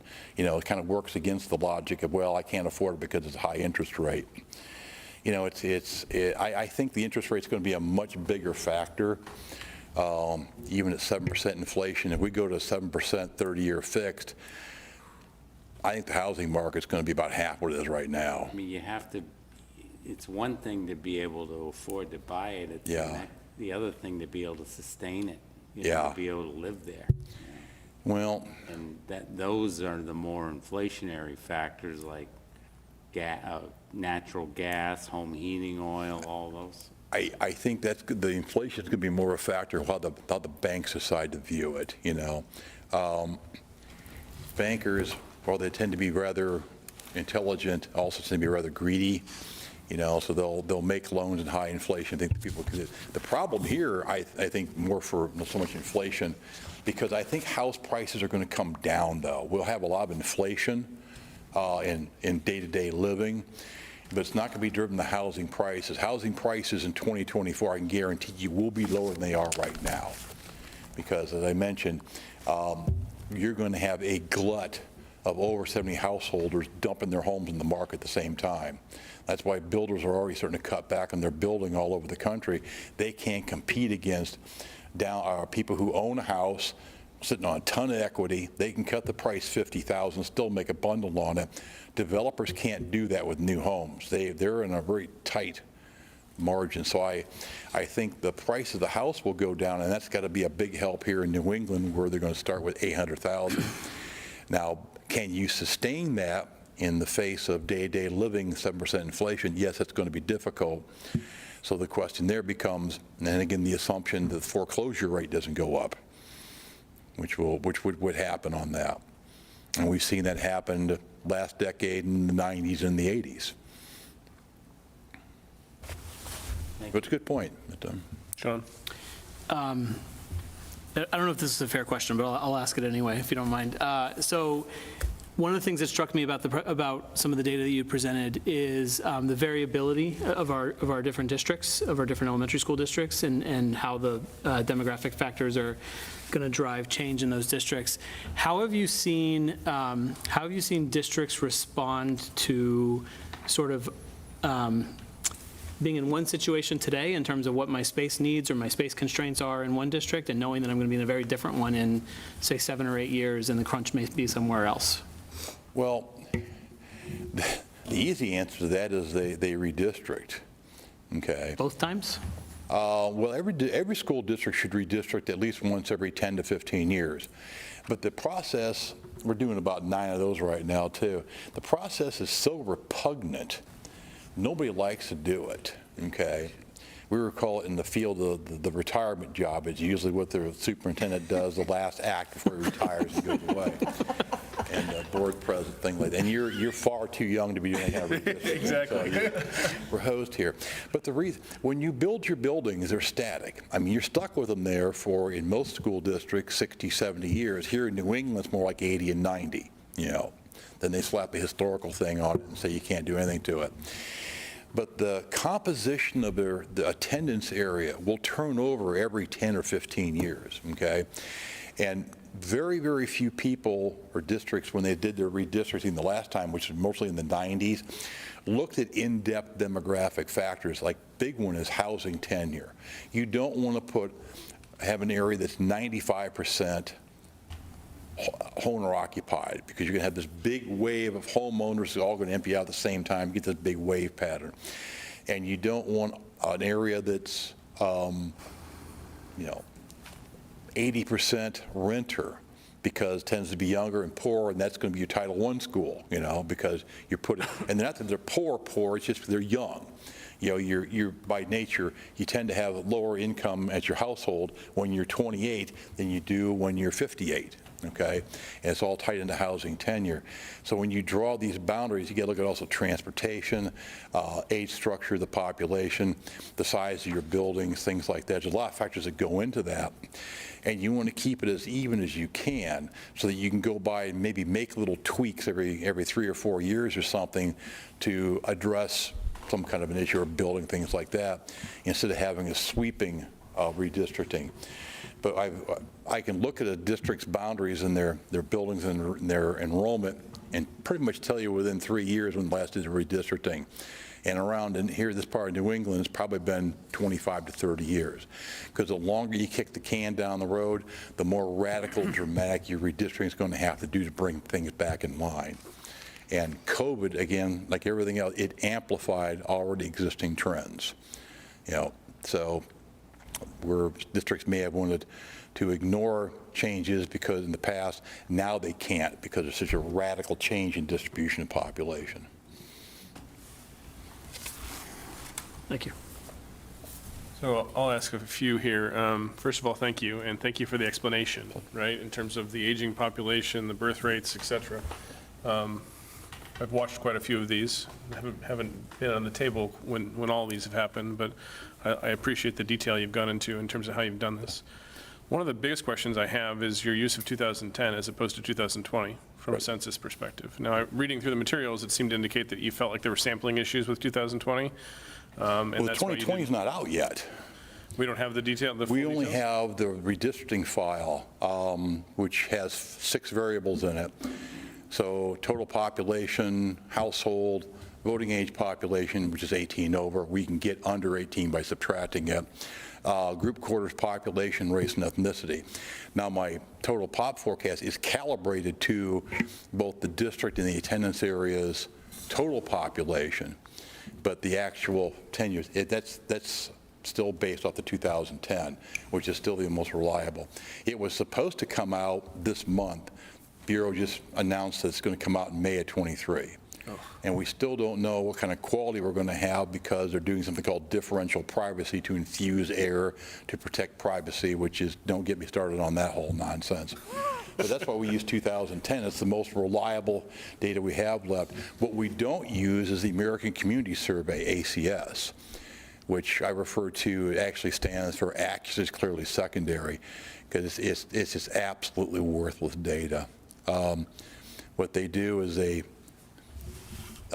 take a sample, 3%. Well, if it's below 60,000 population, they don't have a big enough sample size. So they take 5 years worth of results, add them all together, and then they'll give for the areas below 60,000. Well, it's not a beginning point, it's not an end point, it's not a midpoint. It's they're somewhere during this 5-year period, we're 90% confident that this number is correct, plus or minus the margin of error. I lecture on this. I looked at my hometown in Huntertown, Indiana. I was doing the race and ethnic research. They came out and they said, and Huntertown's got about 8,000 people in it. The ACS estimated there was 83 Asians living in Huntertown, plus or minus 142. Now, I don't know what what negative about 60 Asians looks like, but when I figure it out, I got a paper to take to the demographic conference. Anytime you have a margin of error and you have a zero-based number and the margin goes below zero, that's pretty worthless. So I don't use them. When we do get the 2020 census data out next year, we'll vet it and we'll make sure that if it's worth using, we'll use it, and if it's not, we'll not. We may still be based on 2010 because it may be the only reliable data we have out there. Okay, thank you for that. It's disappointing to hear that the census is so far out, but I guess I shouldn't be surprised by it necessarily either. It's the federal government. They're frequently disappointing. I'm going to avoid that one like it. Okay. But that's okay. So I think I'm also observing here, probably back in 2015, 2016, we were at about 4,400. Mm-hmm. So if I look at your forecast, we're not going to get anywhere close to that even over the 2020 periods. Nope. And I was wondering, I mean, as I look at the Reading market right now, you mentioned that there were 48 or something like that houses on the market. The market is absurd from a price perspective right now.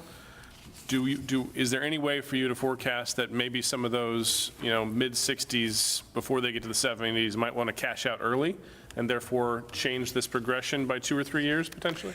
But they could. The burning question becomes, and go where? Where would they go? Or is a chronic shortage of elder housing in this country?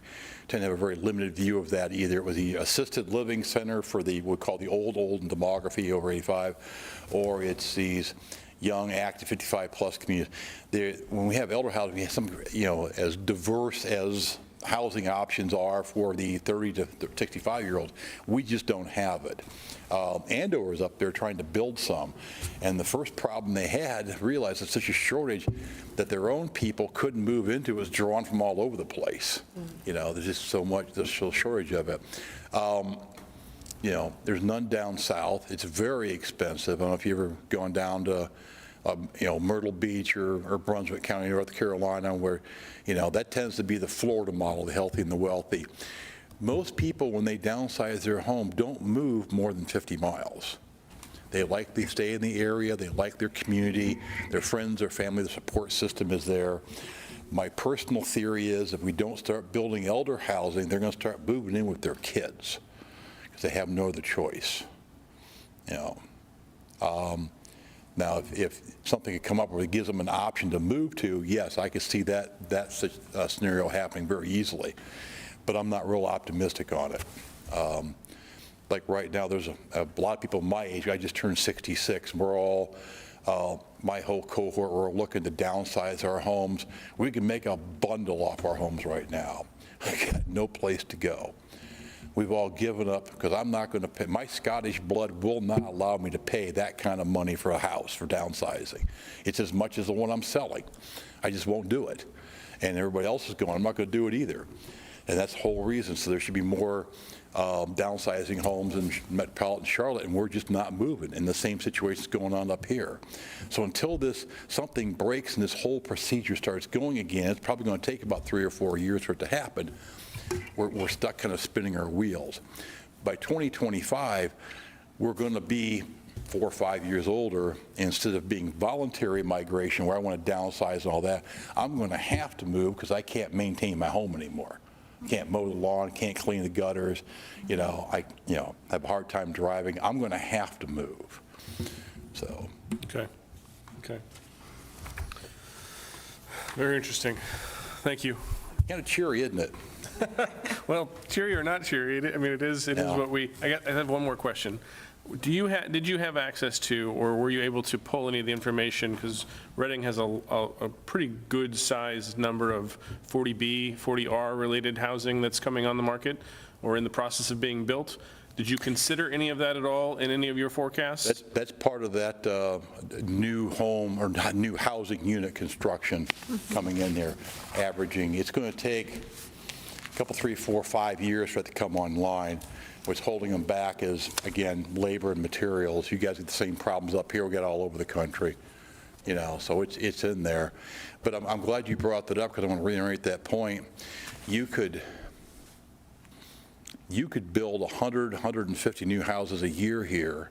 If you don't have anybody downsize and move, your enrollment population drops tomorrow. You know, that's how important that is. I'm more concerned if you're going to make that 400 existing homes this year. The way you're going right now, it's going to be tight. It's going to be real tight, make 400 this year. In terms of sales? Yeah, in home, total sales. Now, like we do with all school districts, I'll give Susan a call in September when you get your fall enrollment numbers done. We do evaluations, school by total, district by grade, see how we're doing. We track all of our school districts. Our margin of error for the life of the forecast at the district level, plus or minus 2%. We're usually within about 0.5% or less, okay? About 1% to 2% at the school level, unless you don't change boundaries or anything. So I want to see how we're doing. But if I look at your housing numbers and your home sales have dropped, you know, and the new homes don't come online, things like that, I should be running too high. But if I'm right on, it tells me something else is going on. Probably in this case, more COVID demits coming back. There's so much more variability out there right now because of COVID, not so much them leaving, but they're coming back. So, because private homeschool charter rates all went up during COVID, and virtual did too. Now, they'll all come back down, but they will never go back down to pre-COVID levels. And the wild card out there is virtual, because no one had virtual capacity beforehand. Now everybody does. So that's really the non-public, the non-demographic factor out there that's going to give you the most variability. Okay. Thank you very much, sir. Any last questions? Okay. Well, if anything else does come up, Susan has this innate, strange ability to track me down wherever I am in the country. So, I'm sure she'll pass it on to me, and I'll try the best of my ability to answer. And Susan, I'll be in touch in September for the evaluation. That's right. Thank you very much. Thank you very much. Thank you. Okay. So now we're going to move on. Heather, you have an update for us that we're excited about? Yeah, I'm excited too. I don't know how to do the slide switching. Do we have a slide that we're going to switch to? Here's a clicker. Is it in this one deck? I don't know. Is it embedded right within?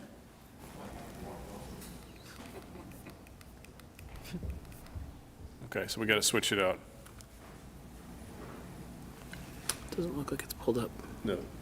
There's a share that he's got there, though, so. Oh, in the folder. Yeah.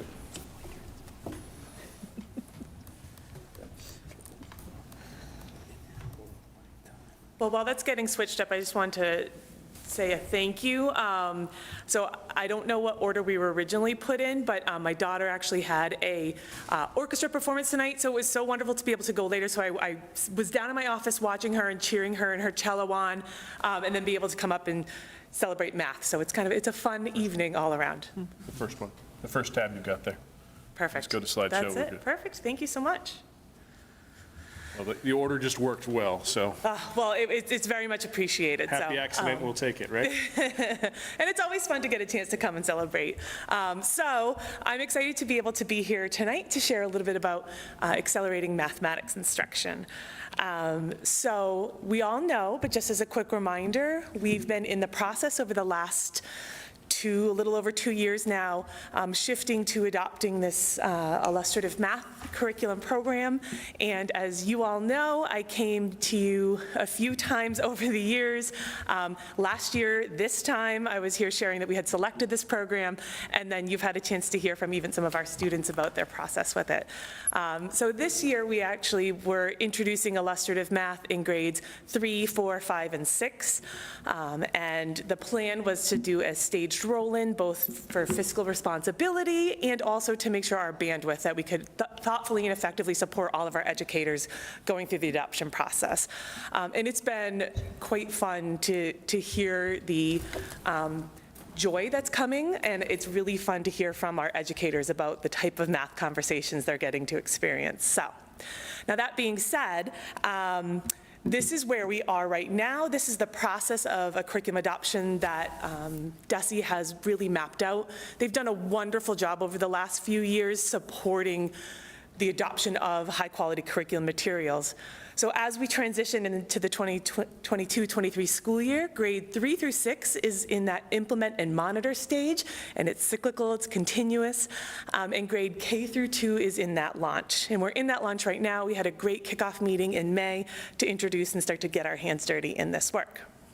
Now, the beautiful thing is DESE is doing a lot of work to also support districts, as you all know, in adopting high-quality curriculum materials. And Reading was lucky enough to be a beneficiary of that, which launched our exploration of literacy as well. Around that same time, they also released a program to support accelerated math, and the Accelerating Math Instruction Program was designed to be supporting districts that were shifting away from less quality materials or maybe materials that were homegrown towards what they're identifying as high-quality curriculum materials. It was a competitive program, and it was based on where schools were, the likelihood of successful implementation, and meeting some of the priorities from this Accelerating Mathematics Instruction Program for students. And we put it out there just to say, while our demographics don't always favor us in the competitive grants, I think there were some other strong things that helped us, and excited to share that we were selected and have been awarded little over $119,000 to support our ongoing implementation of illustrative math. The beautiful thing is that this money is going to support something that was already in place. So it was planned, it was something that was going to happen. The fabulous Susan, who's out of the room, was already making those plans back in the summer. But this really does just help us make sure that we can launch it and do it well.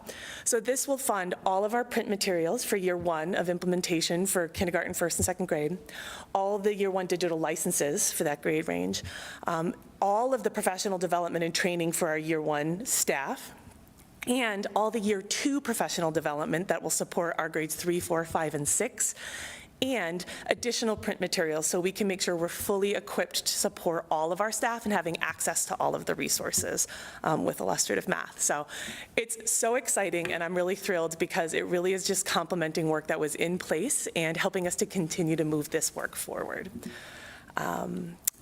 And the one thing I did just want to shout out, while not necessarily part of the grant per se, or the program, I did just want to recognize these folks who, as we're thinking about that successful implementation, one of the pieces that I did share in my submission was the fact that we have teams of educators that, as you've heard, right, did the work to explore what products were out there, another team that had a chance to do some of the field testing, and we've had this implementation team who's been working all year long to talk about where are the successes, how do we replicate those, where are the challenges, how do we address those, how do we set ourselves up for a successful implementation next year, and how can we learn from what maybe didn't go as well and make improvements to continue to support moving forward.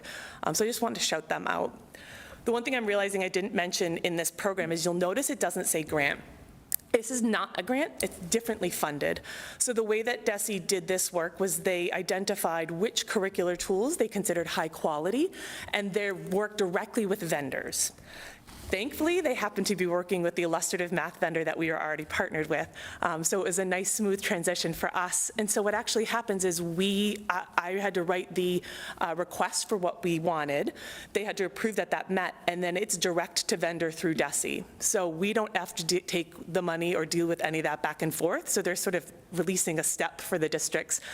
So basically, I get to work directly with our provider about what PD we want and scheduling delivery, and then they just send the bill to DESE. So kind of a nice bonus with that situation too. So that's it. That's all for that one, unless you have questions. Any questions? Just one quick one. You know, I know it's a competitive, not a grant, a competitive award or whatever you want to call it. Do we think it's, I don't want to get ahead of ourselves here, but do we think that it's less likely that we'll have this opportunity again in future years when we're not sort of implementing new grades? Is that fair to assume? That's a great question. So this is a one-time, well, I don't want to say one time. This was the second round of a 2-round offering. Okay. It was offered last year. When it was posted last year, we were still in the process of field testing, and I didn't feel ready to commit the resources to narrow it to some of the programs they were offering. So we saw the process through, and they happened to open it up for year 2 that wasn't actually originally planned. I don't believe it's planned to be offered in the following year.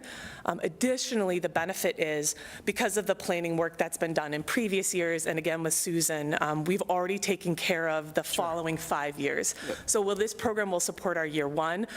She and I have worked and we've connected with our vendor. So the next 5 years of the licenses and any of that other effort to finish that rollout for K through 2 is done. The print resources are an annual cost, just in a normal manner. But honestly, we'll be well-equipped to maintain through a 6-year cycle with this curricular resource, K through 6. Great, thank you. You're welcome. We heard a lot about professional development when we had the Art Core conversations. Yes. And the, pushing into the classroom and whatnot. Is that part of this plan here as well? Are we having, will we have vendor coaches coming in addition to yourself? I mean, you can only be in one place at one time, right? That's a good question. But what does that PD look like versus what we did this year? You're like my audience plant. You're giving a little preview for the thing that we're going to share next. The professional development that's coming through illustrative math for the first year is a little more structured. So that year 1 is very much sort of getting to know the key components of the plan. The benefit, I will say, is we get to be in person this year, whereas this past year was virtual.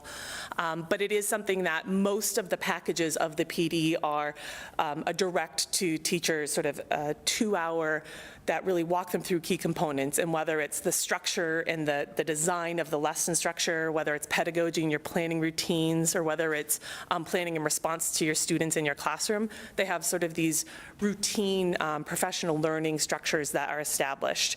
There are some, because of the grant, actually, we're able to get a few extra opportunities within there. One is actually a highlighted focus area on the equity within the program and how we make sure we're supporting all of our learners, and what does that look like and sound like. So there's a few other components that we're able to include.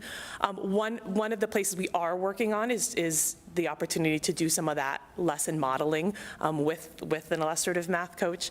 But there's also some work that we're planning forward in an ongoing way as we continue to implement the math program that's not necessarily part of this program, but is in process.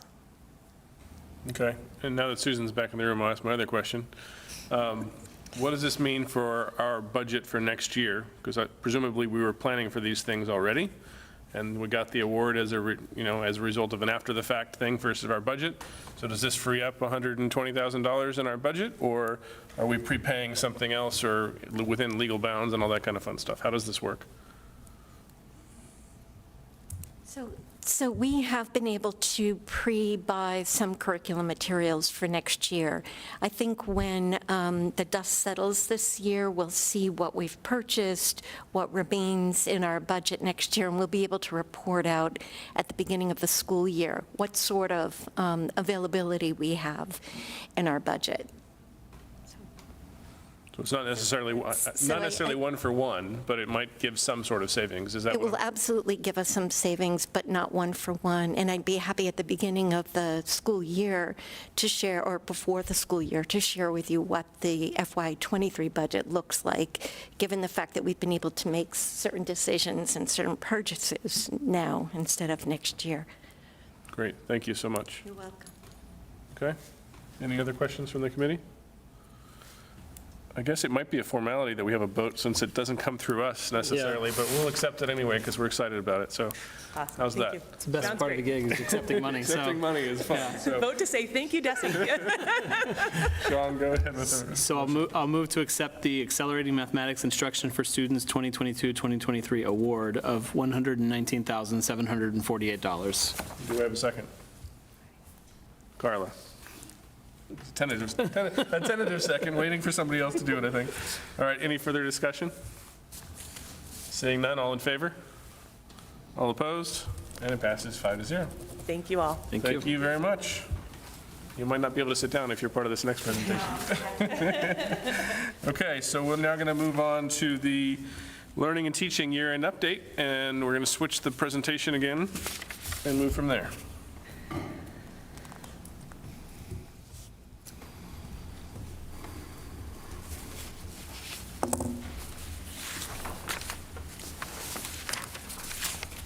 Well, good evening, everyone. I am excited to be here this evening, joined by my colleague Heather Leonard, who's our K-8 STEM coordinator, as you know, to give you an update on learning and teaching during this past school year. Tonight, Lower, yeah, there you go. okay. Tonight, we have two goals in our presentation. The first is that we're going to preview for you the priority focus areas that have been identified for learning and teaching in the upcoming school year. And as we reviewed those priority focus areas and considered the most important things to share with the school committee and with the public, we came up with 4 broad areas to group them in. So we'll talk a bit about our professional learning system plan for next year, curriculum review, curriculum implementation, and then we do have a highlight on high school instructional program. That has been a big area of forward planning, which we're excited to share with you. Our second goal as we go is we'll embed through our conversation with you information about the work that happened this school year that led to put us in the position to be moving forward with these focus areas for the upcoming year, so that you understand the foundation and the work that occurred this year. The reason we structured the presentation tonight this way is because I feel like we've, hopefully you feel as well, that we've done a good job this year keeping you abreast of what's happening in the Office of Learning and Teaching. And so what we wanted to present to you tonight was new information that we hadn't had a chance to share yet, or information we've shared before in a slightly different context, instead of repeating what you've heard from us before. So the first bucket that we will address is thinking about the professional learning system in our district. As we started the evening with so many of our fabulous staff members here, it was a nice reminder about really what we value in Reading. And I've said this to you before, and you've said this to me as well. Our staff are really our most valuable resource. If you look at our budget, they're where we spend the most dollars, and for good reason. And so when we think about the work of learning and teaching, the people that have the most impact on our students are the staff members that are there in front of our students, our building leaders who are leading change and supporting our teachers, and then all of the various staff members that contribute. And so investing in them and ensuring that we have a comprehensive plan is really important moving forward. You've heard me talk previously this year about the importance of aligning our professional learning to district improvement planning and district visioning. This is not a new thing in Reading.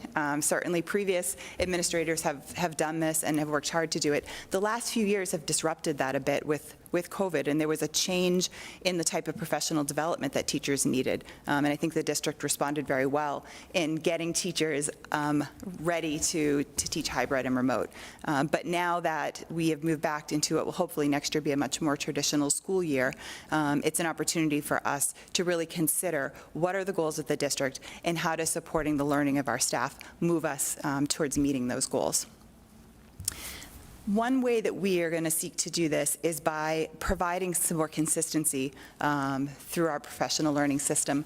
And we're excited to be developing what we're calling currently a PD dashboard, although we aren't completely sold on that name. As Erin knows, she's on our PD committee. So we may have a flashier name for you at some point down the line. But really what I noticed this year is that we have a lot of systems in place that happen really well. And you've heard us talk about a lot of professional development that's been offered this year.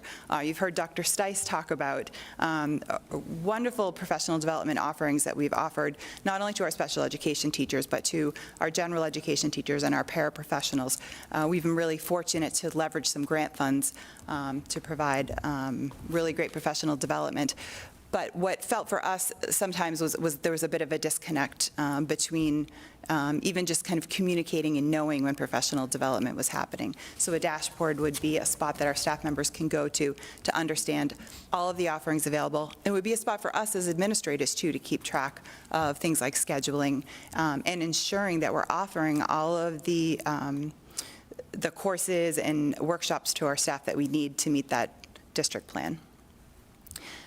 Another piece of this dashboard it'll be a landing spot for folks who are going to facilitate professional development in our district, including internal staff, but even external vendors that we might work with. Again, this goes back to our district plan, so we will be creating some facilitator guides so that folks that come in and they're going to train our staff understand what our key priorities are, and that regardless of the topic being presented, that there will be a focus on those key priorities. We think that this is really important because for our staff, we want to ensure that there's a sense of cohesion to the various trainings and workshops that they attend. That was one thing this year from all of the different professional development that we've talked to you about. We're really proud of a number of the workshops and courses we offered, but what we noticed was lacking sometimes was that cohesion for staff. Staff would say, that was a great training, I didn't quite understand what the goal of it was and how it fit into my practice. So we feel like that's an area for improvement for us next year. So as I've said, we have had some really robust professional development this year that we're proud of. Heather, I wonder if you could step in for a second just to share some specific examples. Yeah. Thank you. I think that list it was hard to not keep going on that, the types of learning. So, I think oftentimes we talk about the topics that we're learning about. There's so many varied methodologies of professional learning. So some of the ones that happened this year were things that you heard about that might not traditionally fall in the bucket of professional learning, like the administrative walkthroughs, walking through together, collaborating, and starting to calibrate on what is expected, what is strong practice, is an incredibly rich professional learning opportunity that occurred this year. We have another structure that included explicit training. One example is the phonological and phonemic awareness training that we utilized, and we also ended up using this structure with our illustrative math PD, which had the targeted training from an external specialist that's 2 or 3 hours, but then the rest of that day then shifts into facilitated planning, so that we're not just learning something, but then we take what we learned from that morning and we're immediately starting to apply it to prepare to implement that in our classroom. And that includes opportunities for cross-district collaboration and vertical articulation across grade levels, and then moving that into that afternoon to planning for what am I going to do tomorrow to bring this action in, to make sure we're building that structure. So that's a routine that we're going to continue next year. Another method of professional learning that we are planning for next year, and this is where that preview came in, is in year 2 for our math, for example, for grades 3, 4, 5, and 6, and then we're in year 3-ish or so for the Envision math curriculum, which was adopted for grades 7, 8, and algebra. And so we're actually looking for how do we continue to make sure we're utilizing these rich curriculum resources in our practices. So we have planned this coming year what we're calling a learning lab routine. So we reached out to connect with a math educator specialist. His name is Dr. Michael Flynn. I highly recommend you check him out. But he's actually going to come in and he's going to be doing something that will feel very similar to the work that's happening with the ARC-Core training, and meet with grade level teachers to plan whatever that next lesson would be with our rich curricular tools, go into a classroom and teach it, and then have a chance to, in that moment, pause and say, teacher, time out, here's what I'm thinking, what do we think? And then actually they'll get to come back together and talk about what worked, what would we have done differently, how would we try that? So taking that, now we have these rich tools, what does it look like, what does it sound like, how do we do it in Reading, and really starting to dig deeper into that planning. So those are a few examples of the professional learning types that have taken place either this past year or are planned to come up. Thanks, Heather. Just one final piece to share with you about our plans for our professional learning system. One of the things that I noticed this year coming in is that there was some great professional development that had been planned for certain groups of educators in our district, which I felt fortunate to come into and was able to help implement. But then there were other groups in our district that were a little bit underserved in professional development, for example, our paraeducators. And so one of our obligations and one of our plans next year is to ensure that the professional learning we put in place, that we think of all of the groups in our district. And so I put paraeducators at the top of this list because they're a group that's been on our mind. They are so valuable to the success of our students and very often go above and beyond, and we want to ensure that we are treating them with the professionalism that they deserve and providing them with training. And so part of this plan is to really consider not only every job type in our district, but our administrators as well. We have plans under place to support them. And I also put teacher leaders on here because this is another thing this year that we found some success with, and we'll tell you a little bit more about this later on. But just to highlight, our middle school curriculum leads is a stipended position that we were able to leverage this year as we planned for what the middle school department meetings were going to look like. And so that's a group that we tried to support this year in their leadership. And next year, again, we'll want to continue to work with them because we realize that teacher leaders are essential to good schools.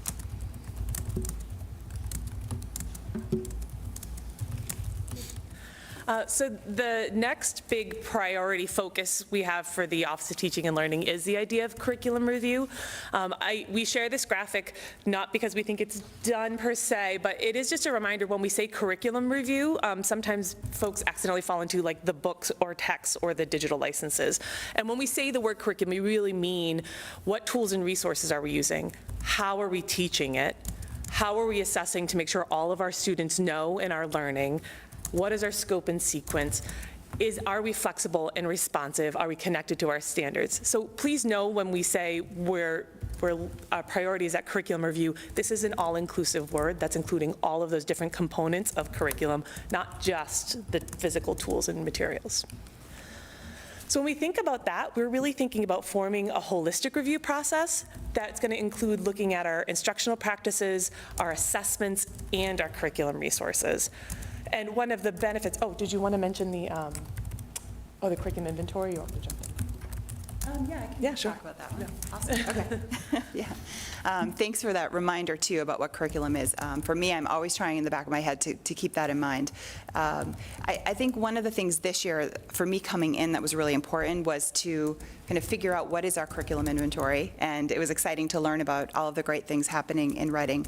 And so one of the pieces of curriculum review is really understanding the tools and the instructional practices that are in place. Not only was it helpful for me coming in to learn, but also there's new reporting regulation, I don't know, regulations is probably the wrong word, but reporting requirements, there we go, with the Department of Education. So we'll be reporting to DESE exactly which materials are being used at each grade level for certain content areas. And so that is really kind of the first step, right, in understanding what's in place so that we can then overlay on that kind of what the process is going to be.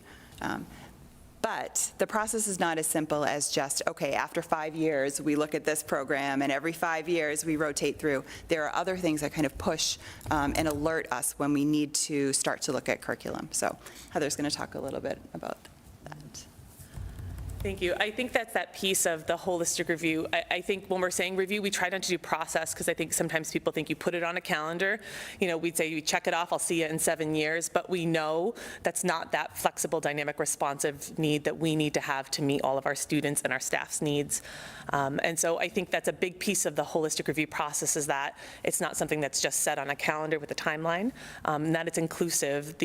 I think one of the things that we've both really enjoyed this year is the collaboration with the teams of our educational leaders, both with the literacy leadership team, that math implementation team that I shared in that last slide.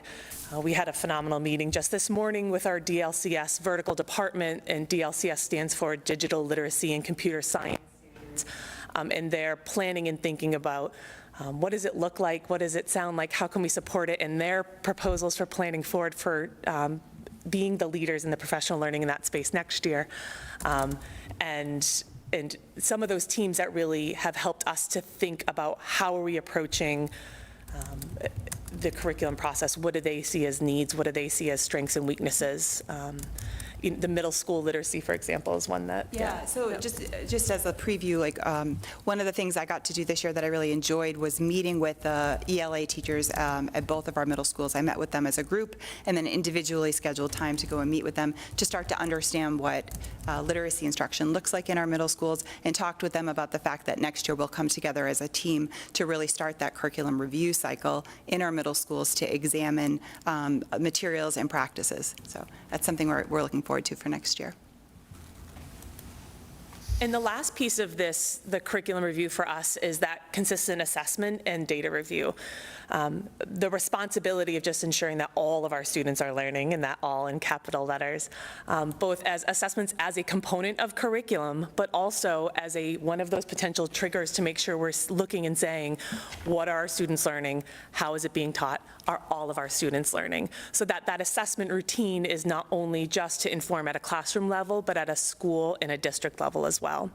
And that's a place that actually has been really powerful for us when we think about our curriculum needs, is when you go to look and review data, do we have data? Is it easily accessible? And so that one of the places that we are planning for next year is the adoption of middle school common assessments that will be able to look throughout the year at literacy and mathematics progress across our middle school classrooms and grades. And additionally, we're really excited about the data specialist role in that building that routine and that accessibility, so that that data review is happening in that nested doll. Both a teacher can know what their students need, a principal can know what their building needs, and as a district, we can know what we need across the board, both as just an important critical practice for teaching and learning, but also in a place that might help us to say, wow, it looks like we might need something here. Is it a new resource? Is it professional learning?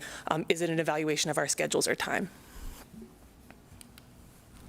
Okay, so this is a third priority for us, which is curriculum implementation.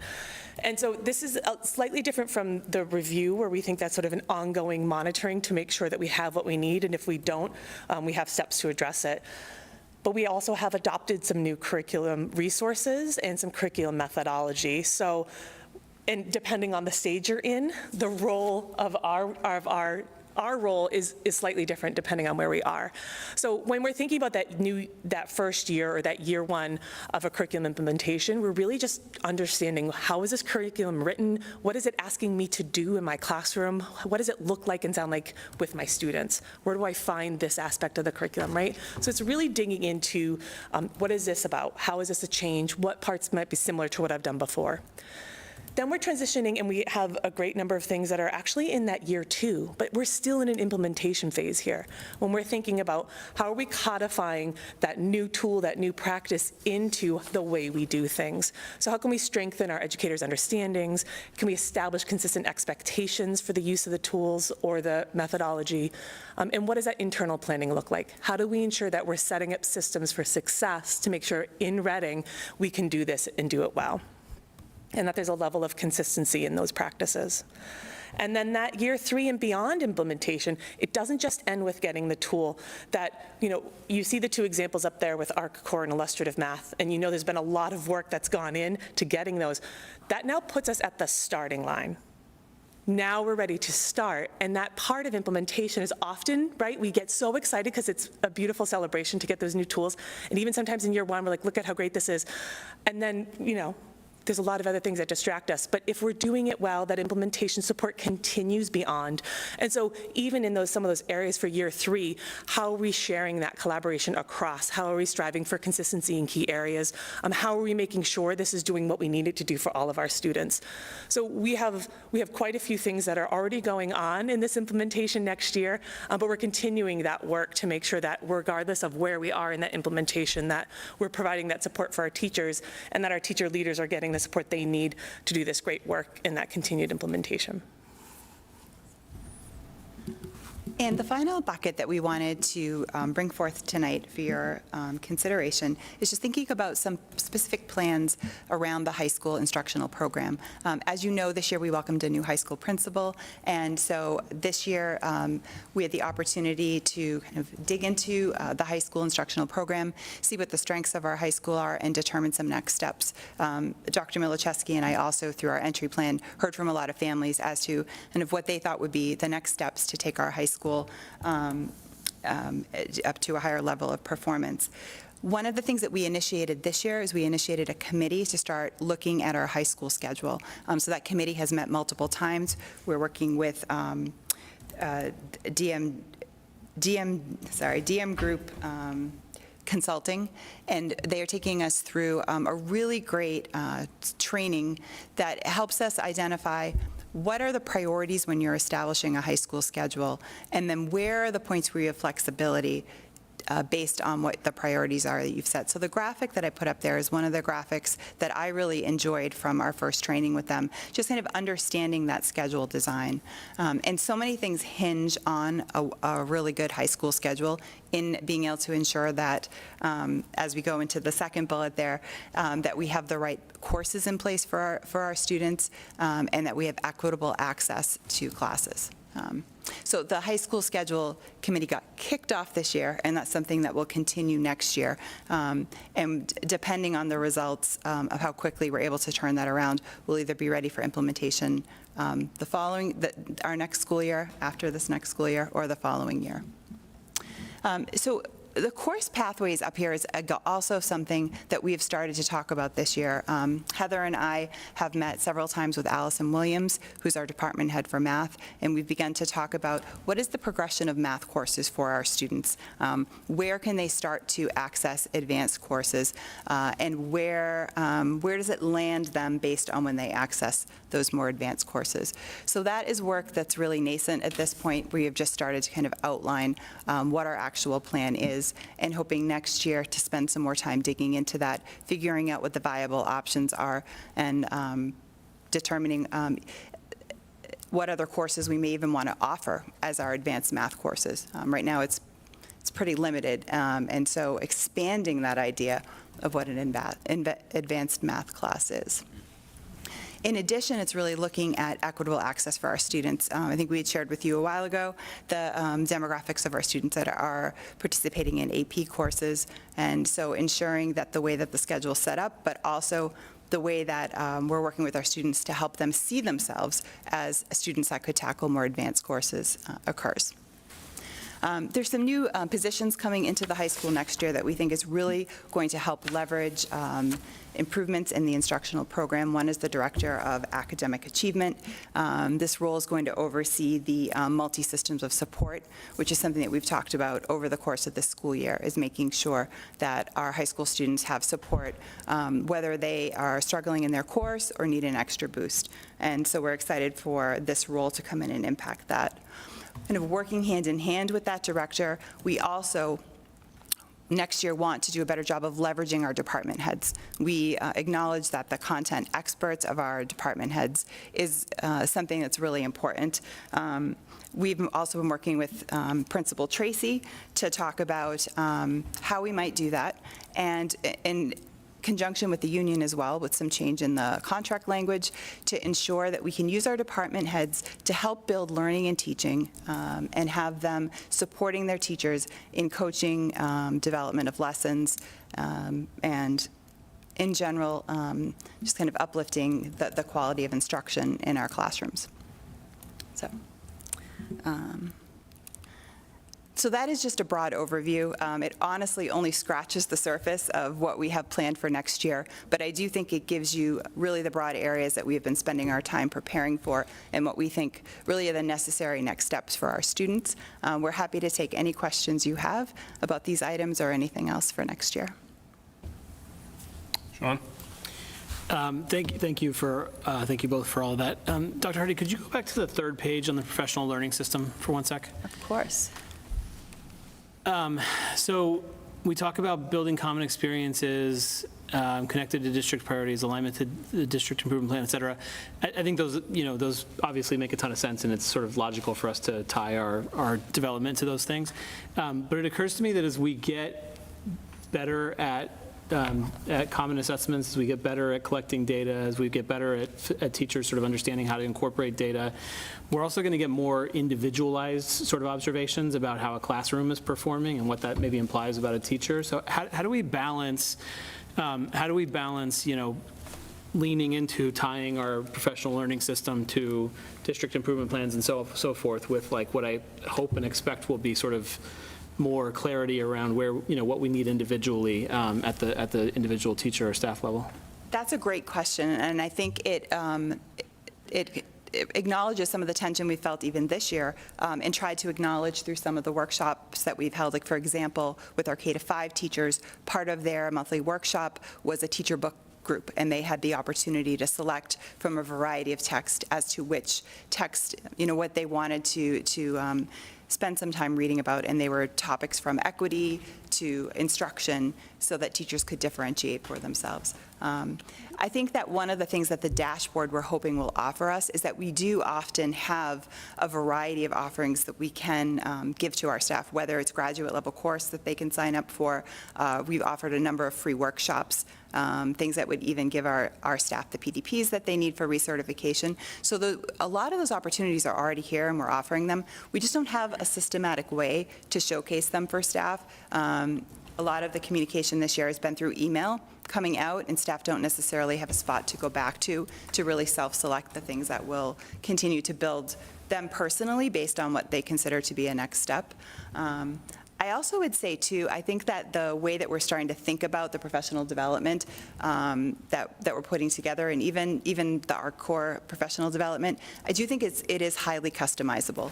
And even as I dig in deeper with ARC Core, they're talking that by the end of the year when the coaches come, there'll actually be embedded time for individual teachers to meet with the coaches. So not even everything will be with the entire grade level. But I do appreciate you raising that because it is something that we do talk about. We want to ensure kind of that we have both aspects of professional learning, the things that we want foundational and everyone to know, but then also understanding that our teachers, I mean, we saw tonight, we have staff who've been here for 30 years. They certainly do not necessarily need the same training that our staff who just earned professional status need. So. I think the other piece in talking about differentiating support for individual teachers, so while we all might we're striving for consistency in those key practice areas, inevitably you're going to have folks that have different areas of strength. So I think the ways that we're also working towards that embedded within the professional learning system includes that targeted professional development for our administrators, so that we as leaders are better understanding what should it look like and sound like. If I go in a room, what would I expect to see and hear? If I see it, how do I make sure I'm supporting that and raising that up? If I'm not, how do I provide, questions or coaching or supports to move that work forward? And I also think normalizing that practice of visiting classrooms and that walkthroughs. And I know that there are building leaders that are providing that opportunity for teachers to visit each other's rooms. So how are we making sure that there's such rich knowledge and rich practice that's happening? So how do we make sure that that opportunity is being made public and sharing it out? And so some of it is through really naming it, what does it look like? And then some of it is providing that opportunity for exposure and that targeted coaching that comes along with that. Thank you. Sure. Can you go to the high school slide? Yeah. So my question is that I've heard snippets over the past few weeks from different people about the academic support center that we really came out in the budget process and pushed for, and now I'm just curious as to where that fits into this slide here and where we are with that. Yeah. I don't know, Tom, if you want to take that one. That's a great question, and I think one that has evolved in the budget process and continues to evolve now. I think the other piece is tying into our conversation earlier tonight is that we know that our librarian here at the high school recently announced her retirement too. So I think there's a couple of, and that impacts this scenario too. So I think a couple things at play. First, that role, which we initially had viewed as a role that was providing more direct tier 2 support for students through an academic and overseeing an academic support center through the use of some Endicott or Merrimack fellows. We've now seen, and over the past couple of months, believe it's a role that also, yes, is going to oversee what happens in a Tier 2 support center, but also support, the other tiers, of instruction in the building too. Supporting Tier 1, mostly through work with department heads, and also supporting our Tier 3. So we think it's a role that has a place in the support center, but it has a broader role than that. Now, how that plays with here is that Principal Tracy has been working with the staff over the past couple of weeks to think about what the vision of the high school looks like in terms of building out that academic support center. Originally, the vision was to have it up in the DLR upstairs in the 4th floor. But now seeing, is this a space that can also be used, given how how large the space is with some breakout rooms, for this to be a space where we have as the hub of some of our interventions and supports? Not to take away from the tasks that happen in a traditional library, but again, to be a space that can happen. So I think Principal Tracy today announced to his staff who is in the Director of Academic Achievement role. I know he's in the final process of hiring for the role to take over in the library. And I think there's a lot more conversations to be had with the staff about kind of figuring all out what all that looks like. I think what we can count on for next year with all of this is that there will be someone who is overseeing in the Director of Academic Achievement role what Tier 2 supports and Tier 1, Tier 3 looks like in the high school, working in tandem with Dr. Hardy and with Principal Tracy. We can also ensure that there is going to be a Tier 2 academic support center live for students happening at some point in the day, whether that is staffed through fellows, whether that is staffed from staff members on their duties coming, whether that is staffed through another model that, Principal Tracy's working on. I think those are some of the mechanics, but there will be someone looking at all of those tiers and someone overseeing and working directly in the Tier 2 support center. Thank you. Any other questions from the committee? Carla? I just have a few questions and comments. Who does the data specialist report to? To you? To me. Perfect. The schedule, the reorg of the schedule at the high school, there's probably no chance that it's going to happen next year. We're looking for 2023, 24? Ideally, that's when it would be implemented, yes. Okay. And then potentially having a more effective and tightened schedule, maybe tightened's not the right word, effective schedule, we would free up teacher supports for that Tier 2. Yeah, so potentially. Yeah, so one of the, as we've discussed priorities in looking at the schedule, because you cannot schedule everything in. So it's really about understanding what we think is most important for the success of our students, has been that idea of how are we providing tiered intervention. Currently now we have the flex block system in place. So really examining, are we getting what we want out of the flex block? Is there a different structure that we want to put in place? And I think that's something that will be critical as we identify what that schedule will look like. I think also what we've been talking about is the way that the schedule looks right now. It can be hard for some students to get into the courses they want because of the way it locks their schedule. And so that, going back to that equitable access, is something that's really a priority, is ensuring that kids have those options available to them. And then coupling that with the math offerings too, right? Yes. And having Exactly. Other options Other for students. Instead of a group of students going to the principal asking for a class and then finding a teacher to do it. This seems like I'm excited about all of this. Has there ever been any discussion or thought as to putting what curriculums we use, like on a website so people could see it? Yeah. Do you want to answer that one, Heather? That's a good question. So part of that actually was some of the work that started a few years ago in the development of the curriculum guides that had rolled out. At that time, a lot of the curricular resources were either homegrown fully or were pulled from a variety of sources. There's been a change in our field that really is shifting to what does that curricular resource mean? What does it look like? And a lot of research in how does that impact instruction when you're using a consistent, high-quality tool? So we're making that pivot too, right? It takes time and obviously financial investment. But that's the purpose of why those guides were originally published, was to be public with what does it look like and sound like with the curriculum tools. But when we're thinking about particular curriculum tools that are being used, actually the state of Massachusetts is requiring that all districts report which curricular resources you're using across different core content areas. So you have to name what is your primary tool. You can list secondary, but that's not published. And that'll be published actually this summer, so that the entire state is going public and going open with what curricular resources are used to teach in mathematics and literacy and science and so on.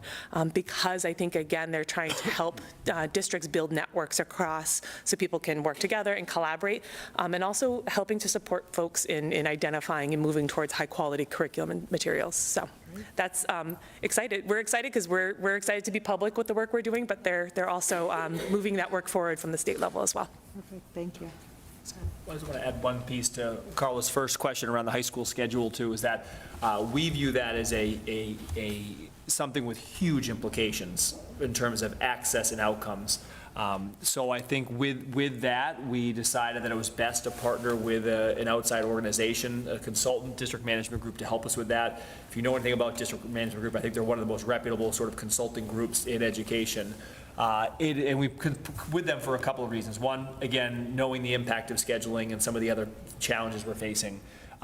Two, it's not many administrators view the technical expertise of scheduling sort of as their area of strength. I don't think many people are trained and well-versed, have experience in scheduling, yes, but it can be such a technical skill that I think is important to bring in some expertise to support us. And then third, something we love about District Management Group is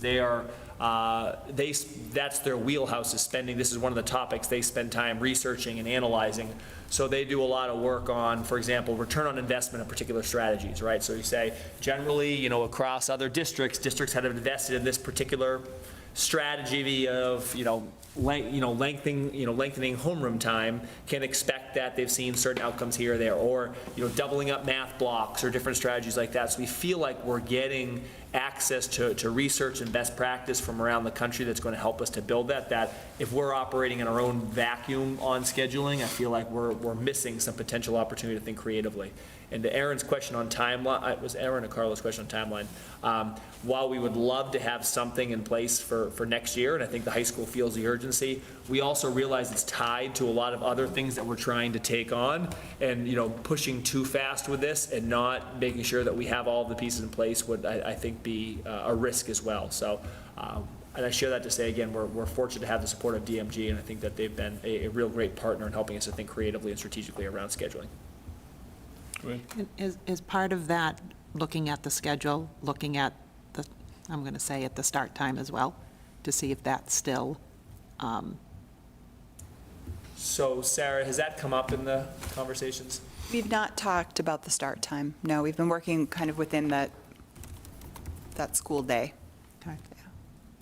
And I also should add that one of our elementary schools is piloting some work with DMG this spring on scheduling, because we know at the elementary level, there's been a lot of questions around, particularly the Friday half day. Is there a way we could be more creative with that time? So starting to explore what the different schedules could look like. And we also know both of our middle schools have expressed interest in analyzing their schedule. One particular we know pain point has been the 44 minutes of math a day, which we know is not going to be sufficient. But there's risks and drawbacks of their strategy. So I think that the scheduling topic we kicked off with high school and then a smaller scale one elementary school, I think this is going to be a bigger point of conversations for us as a district next year. I'm thrilled to hear you say that, because I was going to ask where middle school fits in that, because we've had so many conversations about math. And I'm thrilled that you are looking at middle school to high school. I know that's not a surprise that I'm saying that, but I'm saying it publicly as well. But I've had conversations with both of you about math pathways and math opportunities for our students. So I'm very excited about everything that you have outlined.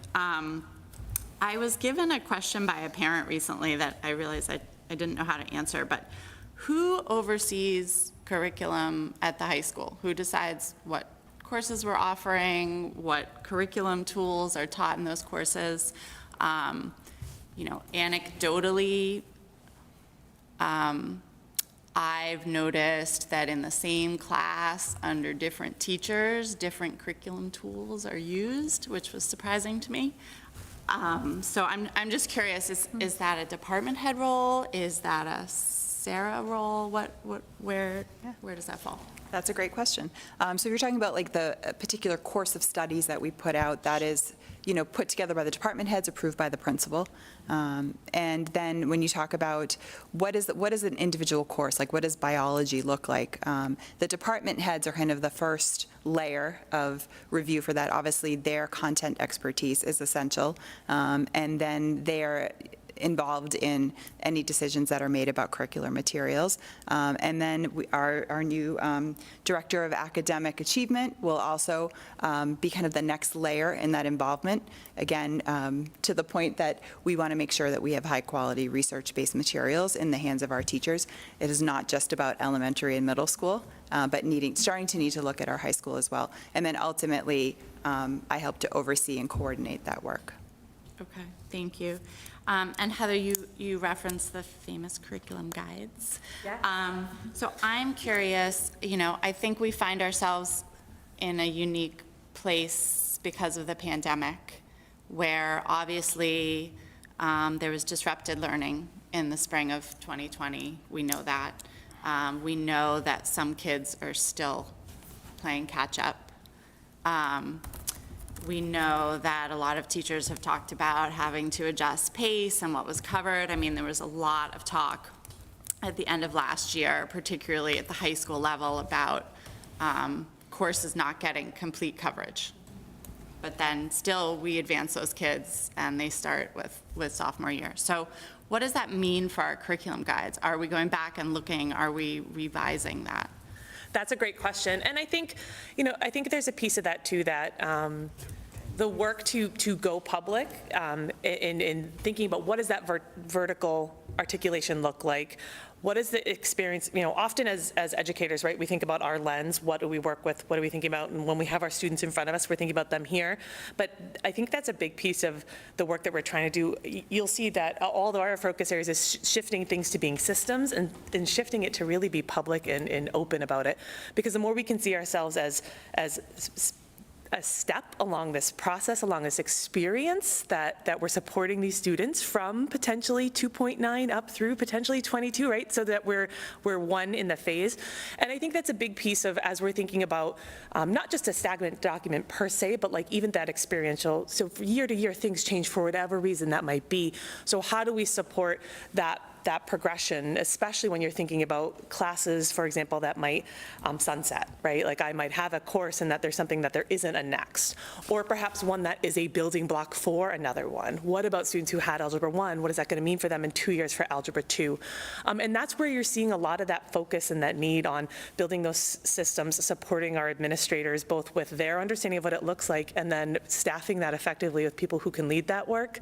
The guides, I think, are things that could benefit from upgrading, both because of our adoption of updated resources, that there's things that have shifted in there organically, but frankly, the guides themselves you could almost see as a cliff notes to the standards, and that's what we're responsible for.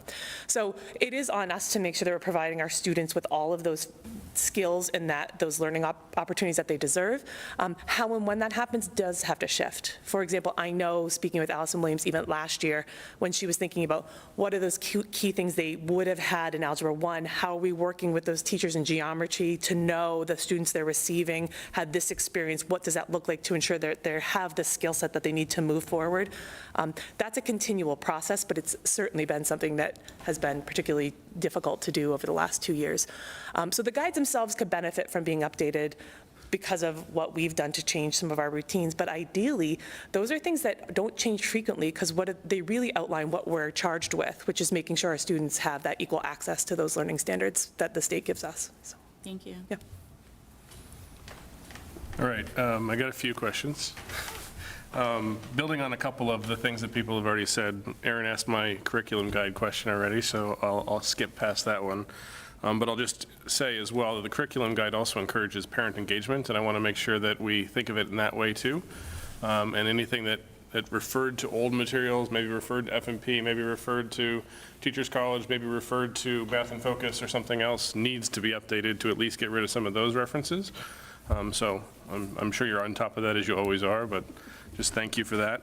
I want to build a little bit on Sean's question from an assessment perspective. He was talking about the teacher side and how that might show some areas of growth. I want to build a little bit on that in terms of, data is great, but data doesn't do anything unless you know your so what. So how are we taking that assessment data and building the so what? So that the teachers, the principals, the tutors, et cetera, know what they're doing to remediate the problem if and when there is a problem. Because ultimately, data is going to show us there's a problem. So how are we going to take that and build in the competency to know the so what? It's a great question. I mean, that's really the root of the work, right? And there are a lot of different components to that answer, but I'll just give you one that I think is really important. One of the things we had identified early this year, Dr. Stice and I, working with the principals, that are in our buildings, we had different SST process in place, and that is a group that is really responsible for looking at the students that we're concerned about. And this has led to further conversations. Dr. Milichewski and I were having a conversation recently about kind of having these instructional leadership teams in place at our schools that would have a really common foundational understanding about how we're using data, what type of data we're looking at, how frequently we're looking at it, how that impacts our Tier 1 and our Tier 2.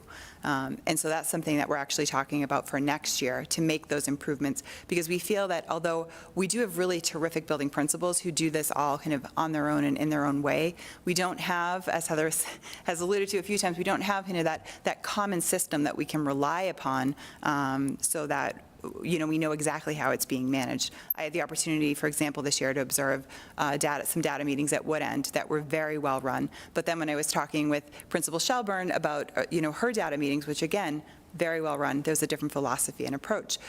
So I think part of the work ahead of us is standardizing that so that we as district leaders can really understand the impact of that work and support our building leaders in what's challenging work and important work.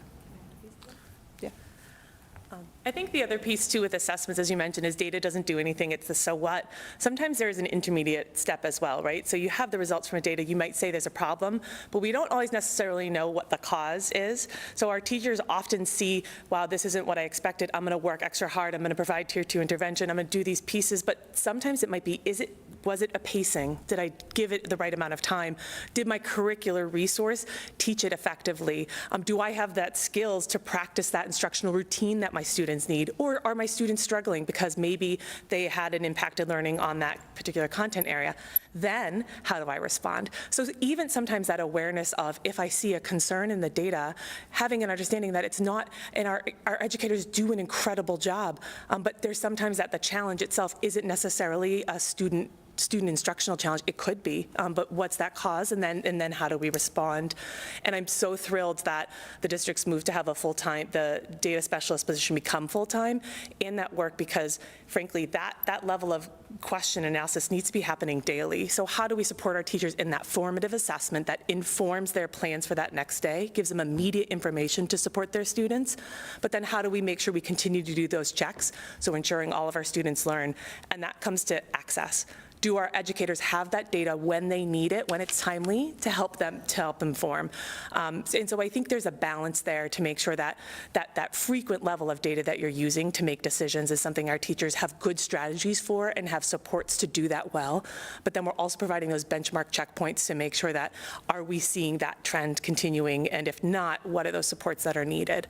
And I think part of that's just building our own data literacy as a district, and what are those different components that we need to consider, and how do we take the information we have and go through a process that makes sure that we're identifying what those needs are.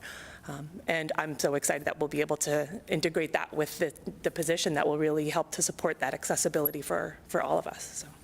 I'm going to say something too. So you asked an instructionally focused question. Clearly, we're all very excited about the scope of the work too. So I'll narrow in on one thing, and Sarah said that quickly too. So I think there's a lot that goes into this. If I had to say what's the most important factor in this work, not only in improving quality of teaching and learning, but you said in helping this so what, is a high-quality instructional leadership team in every building. So if you do not have a high-functioning ILT, which represents the diversity of your teaching body in your building, you're going to have a hard time improving the quality of teaching and learning. You need to have an ILT that is consistently analyzing data at the school, classroom, and teacher and student levels, and analyzing root causes behind why we see the trends in data, and also at all of those levels helping to plan supports, interventions, action steps. In the work that we do with sort of developing aspiring principals, we say your first step to be an instructional leader is to build out a high-quality, strong ILT in your building. So I would say if you want to be a data-rich school, having that structure in place is absolutely critical. So that's also a teaser for some of the focus areas for our work to come to. But there's a lot to it, but I think that's a core part of the foundation. Yeah, I mean, as you and Sarah and Jen know, there's a podcast that we were recently listening to that talks about repetition and the amount of repetition that's necessary for a student to receive it, and the difference between I taught that and I learned that, right? And so getting that over that hump, and, you know, gifted kids can learn in 4 repetitions. Most kids need 40 repetitions to learn something. So there's a pretty big difference between 4 and 40, and getting to that point and building that into the assessment model as well is, and the planning model is something I'm very looking forward to as you guys work through that. And so I'm very encouraged. I want to echo the encouragement that a lot of people are saying. Now I want to put out a note of caution, not as a negative, but as a point of, we've seen this in the past, and as we're talking about high school schedules, first of all, I think it absolutely has to be improved, so don't take it that you shouldn't do that. But I think the 6 of us, if we recall back during the interview cycle for your job, one of the candidates cautioned about the challenge they had at the high school with changing a schedule without involving the parents. So I want to make sure, I want to encourage you that as you go through the process, that this is as public as you possibly can make it, once you have some idea about where you're going and why you're going there, right? So that we don't come up on a point, we're implementing a new schedule, and oh, by the way, you have a furor of parents that are angry because they see something else that they don't understand, or even if it's really positive, they're going to see something they're going to find a hole with. So I want to make sure that we don't lose that in this process, because, you know, we have a year and a half or something, but that will disappear like that, and we'll think, hey, we involved everybody, but we forgot a really large constituent of that involvement, and that could backfire on us pretty heavily. So I just want to make sure we really are conscious of that and learn from other people's lessons, not have to learn the hard lesson ourselves, if possible, if that makes any sense. Yeah, I thank you for raising that. I couldn't agree with you more. I think what I've learned this year already in Reading is whenever we reach out to our families as stakeholders, we learn something that we would not have known, and it allows us to either amend our plan or strengthen our plan. And so something this important as the high school schedule, absolutely, the input of families and of our students. Right? Our students are a really important stakeholder group as we look at the schedule, will help us build a plan that will be stronger in the end. So thank you for raising that. And I have one more note of caution. I think scheduling also impacts contracts, so we have to be careful about that too, when figure out what we're going to do in that regard. And the last one is more of a question. The pathways, as we talk about middle school and high school, my great hope is our investment in illustrative math opens up pathways for students that wasn't there before with the lack of a rich instructional material with math in focus. I would love to see more from you all over the next year and a half, 2 years as it grows, where if we have that data to show that our students are growing in a way that we can start challenging them earlier in 6th grade or 7th grade or whatever to open up those pathways. We know the materials weren't there before. We believe they are now. Let's see the evidence of that over the next few years and see how that plays out in this pathway opening. All right, any further questions? Nope. All right, I'm going to say, even though it's 9:49 and I want to be finished, I also know that some people probably need a small break. So we're going to take a 5-minute recess, and then we'll come back and finish from there. Thank you so much, ladies. Thank you. Thank you, everyone. Thanks for your questions. I'm good, believe it or not. But I'll take the opportunity when it's presented. Yeah, why not?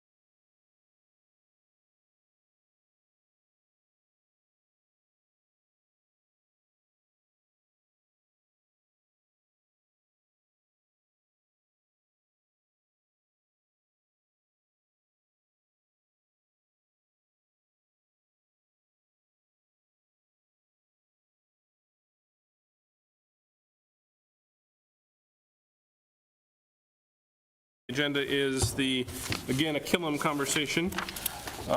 One of the deliverables we have as part of the MSBA process is to name and document the school building committee.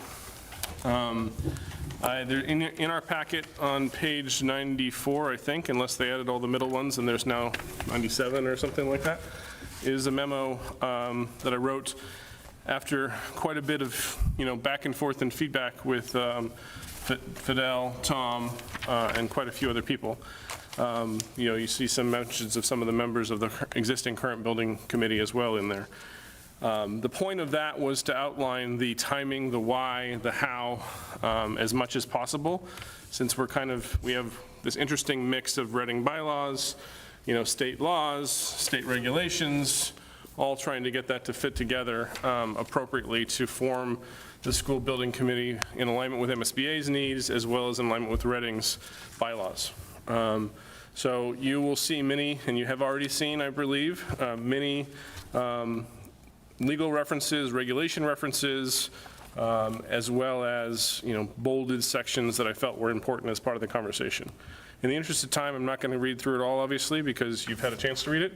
But the key point now comes down to really the discussion that I wanted to have with the committee about the membership of the temporary members in regards to the Reading bylaw, which allows us to add up to 4 temporary members in addition to the 5 existing sitting permanent building committee members to the committee for the Killam School Building Project.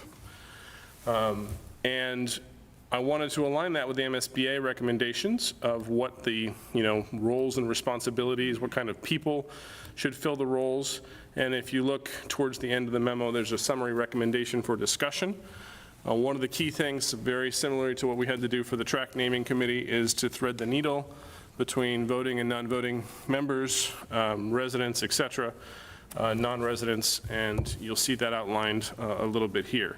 I wanted us to discuss it quickly as a committee because, as I mentioned in the report section, on Monday night, the first conversation, probably not the last, but the first conversation of the school building committee appointment committee will meet together, and this memo, as well as our conversation, will be an input into that. And I wanted to get some feedback from the committee about how we wanted to recommend, because one of the things that is in our bylaw is that the sponsoring agency, which is us as a school committee, has the obligation or right to make recommendations of who those 4 should be. And then the appointment committee, which is the school committee chair, the select board chair, and the town moderator, will either make the appointments or make adjustments as necessary. So in alignment with MSBA, there's a chief executive officer, which if you read the language means a select board member in our case. And it also says that the select board member should be elected by the select board. It's not an appointment, it's an election. So the select board should elect a member to that, and then we would, as an appointment committee, recommend that person. That obviously has to be a resident, and they will have voting rights as a result of being a resident. It also asks for the town manager to be on there, which would be Fidel. However, because he's not a resident, he will not have voting rights. He'd be more of a consultant or advisor, somewhat similar to Dr. Milichewski, which is 2 lines down. The school committee has at minimum 1 member, but it may have more, depending upon how we recommend, as well as what comes out of potentially one of the other lines further down this spreadsheet or this outline. We also have to have a local official responsible for the building maintenance, which is clearly going to be Joe Huggins. Again, non-voting because he's not a resident.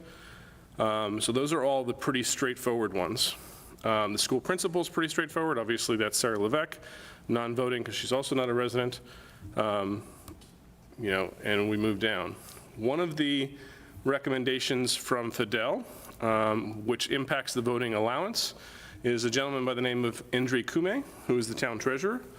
I believe that is a very good recommendation because Indri is also in charge of our bonds and the cash flow for the town. So we know if we go through this purchasing process, we will have to put out 30-year bonds that cover, our percentage of the cost, assuming the town votes for it. So I felt like that's a perfect person to have on the committee.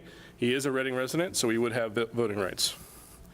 The permanent building committee themselves, all 5 of them would fit into this as well. And that's just by Reading bylaw. We don't have a choice, no problem. It is the 5 of them that would be on there. And that would fit the MSBA category of members of the community with architecture, engineering, or construction experience. So what that means is there's a few conversation points. First is us as a school committee. Which member or members do we want to recommend? Second is the representative of the office or body authorized by law to construct school buildings, which I'll give you a brief update on that shortly. And third is a member with knowledge of the educational mission and function of Killam. And in brief conversation with Dr. Milichewski, he was recommending we put a member of the Killam staff on that list. And there are members of the staff that are residents. There are also members of the staff that are not residents.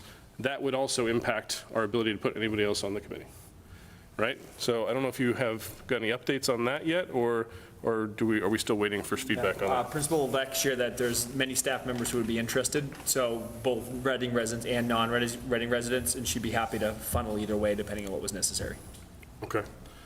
Okay, so that leaves us to the conversation from a school committee member, and then before we do that, the representative of the office or body authorized by law to construct school buildings. So I sent a note off to our attorney to ask what that meant, to get a good understanding of what that meant. There isn't an MGL representation that says a body has a representative authorized by law to construct school buildings. So they went further, and they looked further, and basically what they came back with was that in the Reading bylaws, those people that are authorized to do buildings is the permanent building committee. So they're already represented, so we can close that list and just say that's the permanent building committee as well. Which leaves us back to the school committee member, which is a minimum of 1, could be 2 of us. If we make it 2 of us, then the Killam staff member, we would essentially say is a non-resident. We'd force it to be a non-resident, right? So I want to start the conversation there. As a school committee, do we feel like we, as the elected body, need to have 2 representatives on this committee? Or do we feel like one of us is appropriate with 1 Killam staff member being appropriate? I don't want to devalue anybody's contribution, but at the same time, I think we need to have that conversation. And then depending on where we land, 1 versus 2 from a school committee member, we then have a conversation of which 1 or 2 of us we would want to recommend to go forward. Can I just ask a clarification? So you said the appointment committee, that, because I did that, my understanding was for that appointment committee's for the permanent building committee. It's also for this, they vote on this committee as well? Yes. The appointment committee votes on both, and they were actually both conversations. The PBC appointment committee, just the regular one, will also be on Monday for those 2 members I mentioned, but then there's this follow-on, temporary building committee, permanent building committee adjustment that appointment committee votes on as well. So we select somebody, they still have to approve it? We recommend, per the bylaw, yep. We recommend. Aaron? So I'm sorry, we can only have 9 voting? We can only have 9 voting, which means we can only have, and that's per Reading bylaw. Okay. That's not MSBA. Reading bylaw limits it to 9 voting, which means 4 in addition to PBC. So PBC is going to have a bigger weight than anybody else. Right. Which is fine from a Reading bylaw perspective because they're the experts in buildings, right? But it means that the other 4 other 4 voting members, have to fit in these other categories that are out there. Yep. I would vote to have 1 school committee member and have a member of the Killam staff, whoever that needs to be. I feel like Sarah probably needs to pick that person, but. Okay, that's 1 feedback point. It's up to 4, correct? Up to Doesn't 4. necessarily have to be 4? Yep. So the only, sorry. I should- yeah. You were, I already acknowledged. Okay, You're good. thank you. I think I appreciate the effort to check all the boxes, but I worry about it being too large. That just makes it a little bit unwieldy. There is some duplication here. I think the other thing that struck me when I was reading through this, a member with knowledge of the educational mission and function of Killam, if I remember correctly, when we submitted for the MSBA, we didn't talk about size constraints in the building. We talked about the age and the condition of the building, but we also talked about like the district's programmatic needs. So I almost think we'd be better off. I shouldn't say we'd be better off. I almost think there's an argument to be made that Dr. Stice or Dr. Hardy would, and Dr. Milichewski can obviously do this to a degree as well, but Dr. Stice or Dr. Hardy plus Principal Levesque would sort of adequately check those boxes, or maybe better check those boxes, given that we're, I think, at least going to be thinking about Killam in the context of our portfolio of buildings and our portfolio of programs. So that was sort of the only thing that went through my mind here. I'd almost rather give up the second seat that could be a school committee seat to, if we're going to do 4. Well, no, that wouldn't be a voting member if it's Dr. Stice or Dr. Hardy, but, I'd almost rather give up that seat to Dr. Stice or Dr. Hardy to represent sort of the broader programmatic needs of the district in addition to a Killam staff member. So it's almost like you read my draft, but you didn't. But that was in the draft. Oh, all right. So the initial draft had Dr. Stice as one person, had, I think, Allison as another option, and I think I had a third option, I don't remember exactly. But then Dr. Milichewski took that away with the central office team and Principal Levesque, and they came back and they said, we're going to recommend that you put a member of Killam staff. But was that in lieu? With that said, yes, it is in lieu, technically. We could add as many people that have the educational mission that we want to, in non-voting stature, right? And that's the question that we can talk about too.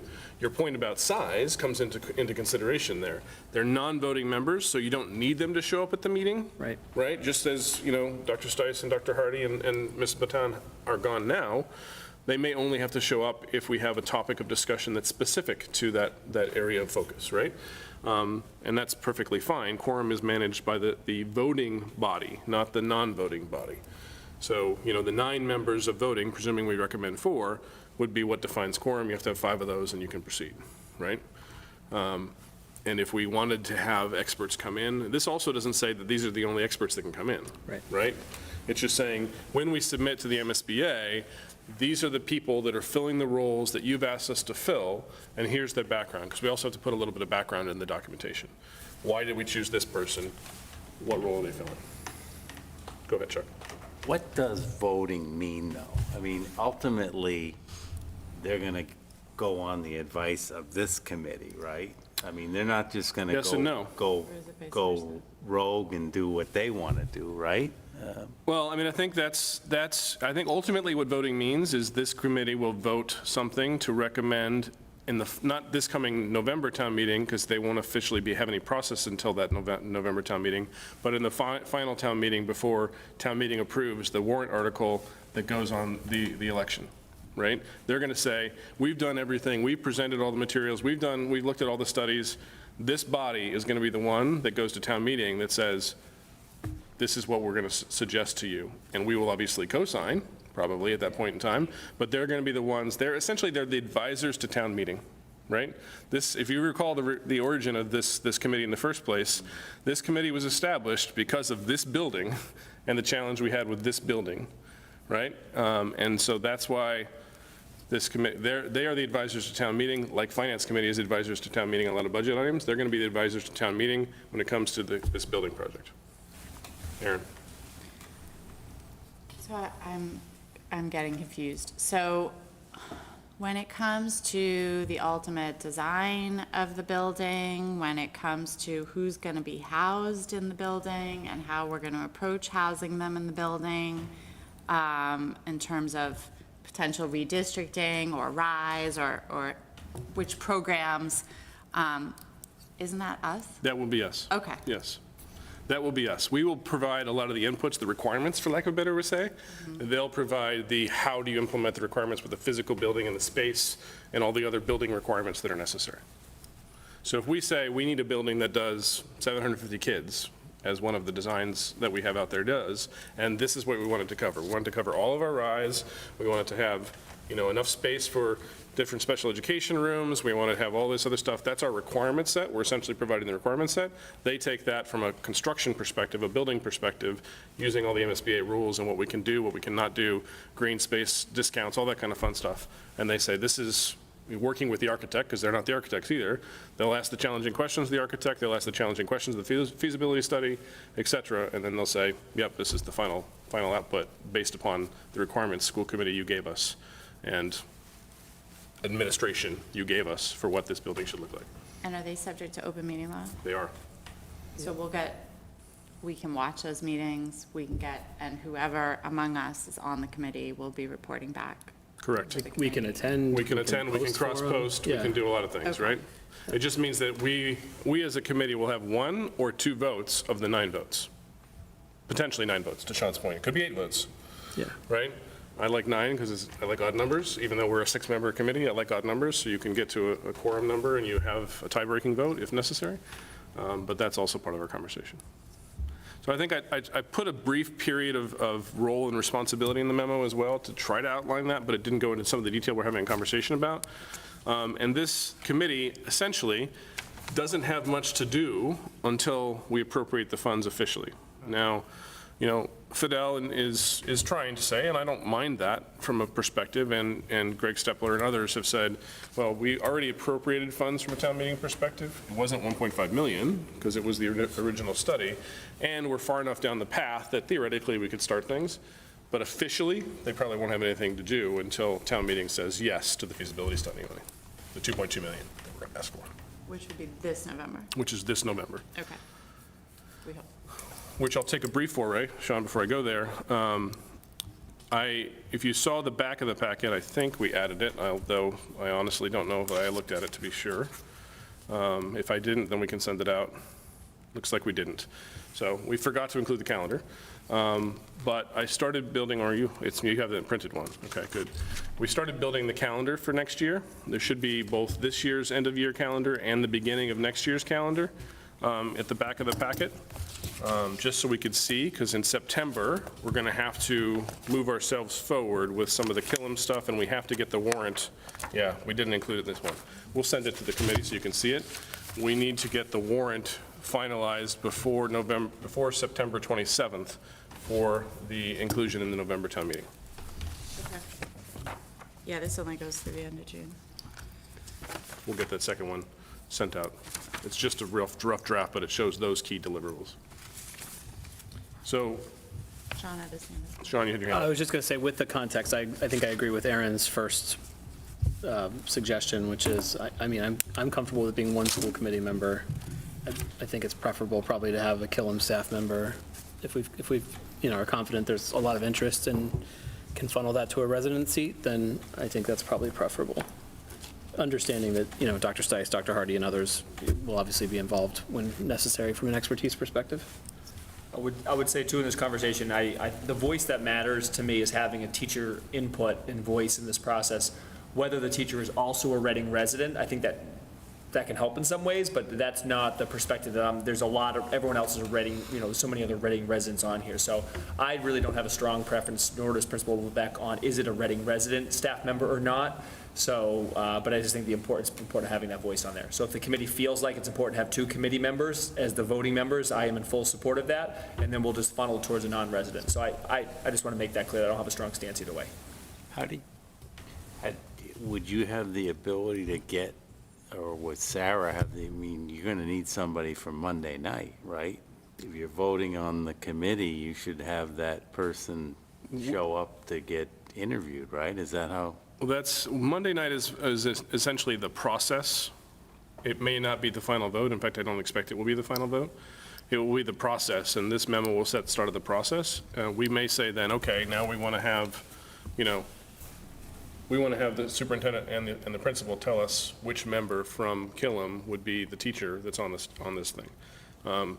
We may have the rest of it lined up, and that's just one opening, and then that's the final thing that has to be done. If it's ready by Monday, great. If it's not ready by Monday, we can. No, I'm not saying I was questioning you, not whether you could get somebody by Monday. I'm going to offer an alternate view here, just a little bit, and it's mostly based on how RAC has gone, so take this with a grain of salt in that regard. I think it's probably important that we think about having 2 school committee members on this committee. Yes, we'll have input in other ways, but when it comes to those, substantive discussions of the people at the table, the ability to have a couple school committee members, for lack of a better way to say, playing off each other, to advocate at the table, and instead of advocating from the chairs, I think it has worked effectively for us in RAC, and I think it's important that we think about that as well. And the teacher can certainly do that, principal-elect can do that, Tom can do that, but again, they're non-voting members. So there's a dynamic there that I want us to acknowledge. If we choose not to do it, that's fine.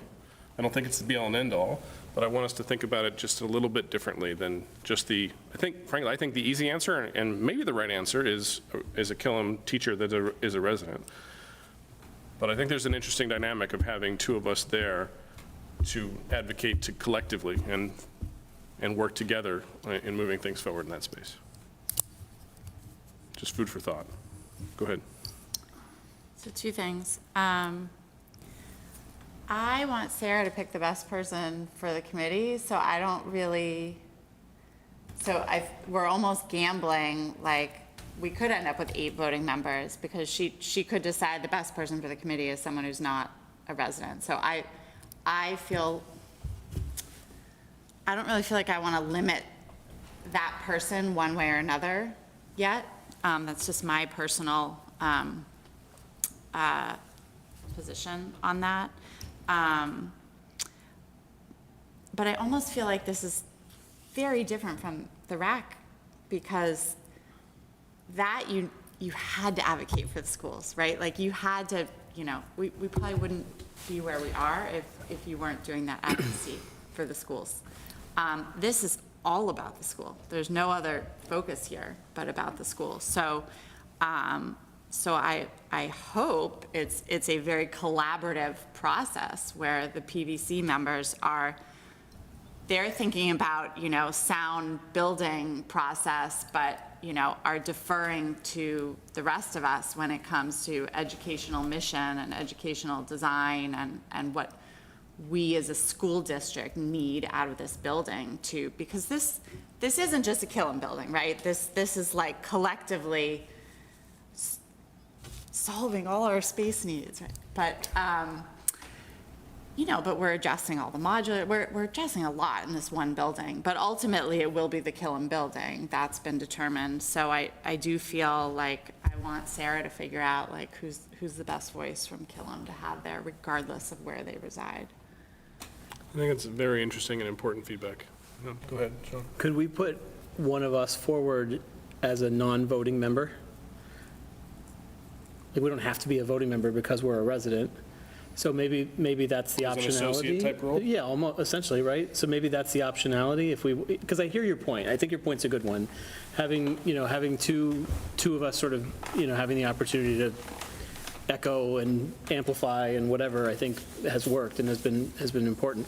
So I hear that. But I think Aaron's point's a great one. If Principal Levesque picks somebody who's a Reading resident, 2 of us can do that without both of those people having a vote, right? And to your point, it's not quite the same as being in the chairs, right? So, and if Principal Levesque picks somebody who's not a Reading resident, then the second school committee member could step into that voting seat.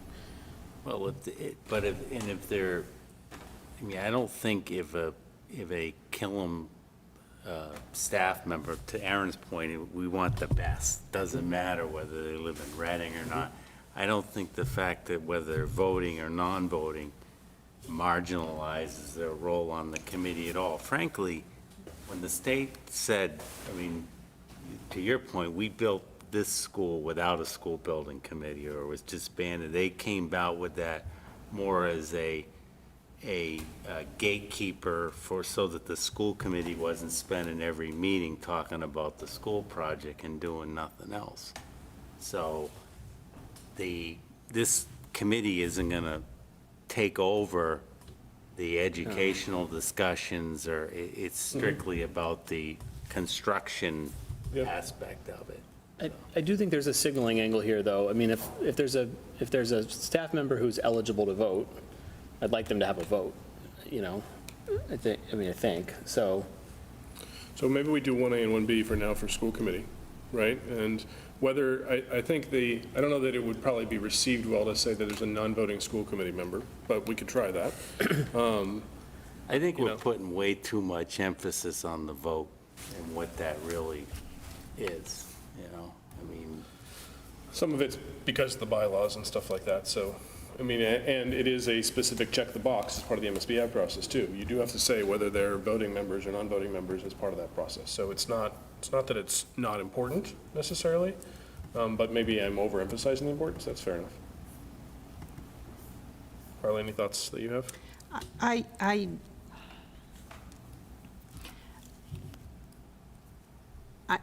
see it multiple ways. I think that Erin's advocacy to have the best teacher, I actually almost see it the opposite way, to say, yeah, it's good to have multiple school committee members on. I can tell you by being on the permanent, being the liaison to the permanent building committee, this is the most collaborative group I've ever seen out of any committee I've been on. It has been such a pleasure to work in, and just to see how they operate. So in terms of I don't have any doubt that this group is going to be collaborative and probably on the same page. It's just that people are going to have different, coming from different perspectives on it. And in some respects, I agree as well that, almost thinking about what do these votes come down to, right? The engineers and the designers are taking care of the engineering and design, right? It's going to be an interesting dynamic. yeah, I mean, I know everybody on that building committee very well. So, and they're going to look to us. I know how they all to your point, they collaborate, So sounding like the goal is to have the best staff member possible there, I think, and also to have the voices of school committee there to be able to play off each other the way that ARPA had. I think that the way we might be able to achieve both those things is if we have 2 school committee members and then allow Principal Levesque to choose the staff member if she chooses a Reading resident, right? Is it possible then to have still that, you had a school committee member be a non-voting, could you have the staff member be a non-voting in the way that myself, Principal Levesque, who else, someone else on our school side? Fidel would all sort of be in a similar spot. Joe Huggins, so I think that that's fine, and that doesn't put the pressure on us to have to funnel one way or the other. Just pick the best. We already know it's going to be a role where they're going to have non-voting, but still, sounds like even though it's not technically a vote, it's still a strong voice at the table. That might be the way that we kind of achieve everything we're trying to achieve here. That's an option, for sure, yeah. I think that would be better received than having a school committee member be non-voting. And I think... believe, but... Excuse me. Go ahead. I think it's important, I think it will be helpful to have 2 school committee members on it. I agree. For a schedule. I mean, if you lived in Reading, I don't think we'd be suggesting you were a non-voting member, though. I don't think. I mean, maybe I read that wrong, but, so. Is that, are we positive that he's a non-voting member? Absolutely he is. By our bylaws, he absolutely is. Yeah. There's no doubt about it. Even as a staff member? Even as a staff member, there's no carve-outs in our bylaws for staff members. It's been a conversation for the last 6 years. I know that, we've talked about it being. Yes, it is. We've talked about, the conversation's been more about non-community members that aren't superintendents or other stuff like that. There might be people who advocate for a change to the bylaws for situations like this, but as it stands right now, they are, and Fidel is aware of this too, they're non-voting members. And I'm fine without that, honestly, hearing how the permanent building committee has worked together, knowing we have school committee representation. I'm fine being in the room, collaborating, working through it. And to Erin's point, I think everyone has the same goal here. So I don't suspect this is one where there's going to be a lot of disagreement on the direction we need to go. So I'm not super concerned about that voting status. Okay, so are we comfortable? Suggestion, yeah. Are we comfortable with that suggestion then? Give us the best staff member regardless, they'll be non-voting, and we'll have 2 school committee members as voting. on the committee? Yeah, I'm fine with Okay. that. Sure. Okay, so let's move forward with that then. So that means, school committee-wise, we're going to recommend 2 of us. Anybody want to start by putting their hand in the air? Anybody have any particular desires? Carla's hand is in the air. Okay. Sean? Certainly willing, but I'm not scratching and clawing either, so I'll, if other, Okay. that's where I'm at. Yeah, I think Sarah's our other PBC member, but that doesn't mean that it will hold necessarily. I don't know that she said she wanted to at one point, but I didn't have a conversation with her coming into this meeting, so I'm not She's sure. a liaison, Right. she's not a member. Right, exactly, liaison. Does anybody have any idea what her preferences are? No? Do not. Does anybody else have any preferences? No, because I assume there were other people that were going to feel strongly about it, so I'm, Okay. I know we will all have a large I mean, vote in this process, so. I'll have plenty to say, I'm sure. But I don't need, But I I don't didn't need to like be the on this fact that you committee, said like- sit in So those seats. this is an as a appointment listen to situation, this them. isn't a vote, so if you want to check in with Sarah post-meeting, if she wants to scratch and claw, then I will take the step back. Okay. I do, I mean, I do sort of, I don't have a super vested interest, they do have a kid at Killam right now, actually, now that I think about it. Rise there. But the rise angle is, I'm still close to that, so I think that, I probably have a perspective, but if Sarah feels really strongly, that's fine as well. Okay. Okay, so Carla, you're strongly wanting it, and either Sean or Sarah. I would love to do it too, but it's the time, I think it's just something I don't think I can afford right now, so I'm good with that, with these ideas then. Okay, so I'll check in with Sarah and I'll loop back with you appropriately. Yep. Okay, so that's our recommendation then, the memo as outlined with a staff member that's a non-resident and 2 school committee members that are voting and residents. Well, staff member might, Staff member could be either. Well, yeah, non-voting staff member, I should say, correct. as opposed to non-resident, sorry. Thank you for that clarification, and I apologize for tripping over my words there. Okay, so, anything else on that discussion? I assume the background was interesting, in the way we worked through that, but thank you for the discussion as well, it's substantive discussion. So the next topic is the superintendent summative evaluation review, and will officially lead to a vote as well.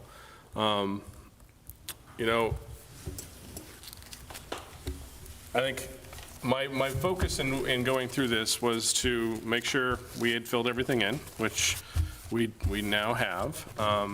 We focused, as we know, on the focused indicators and not on everything, so all the ratings are based on the focus indicators.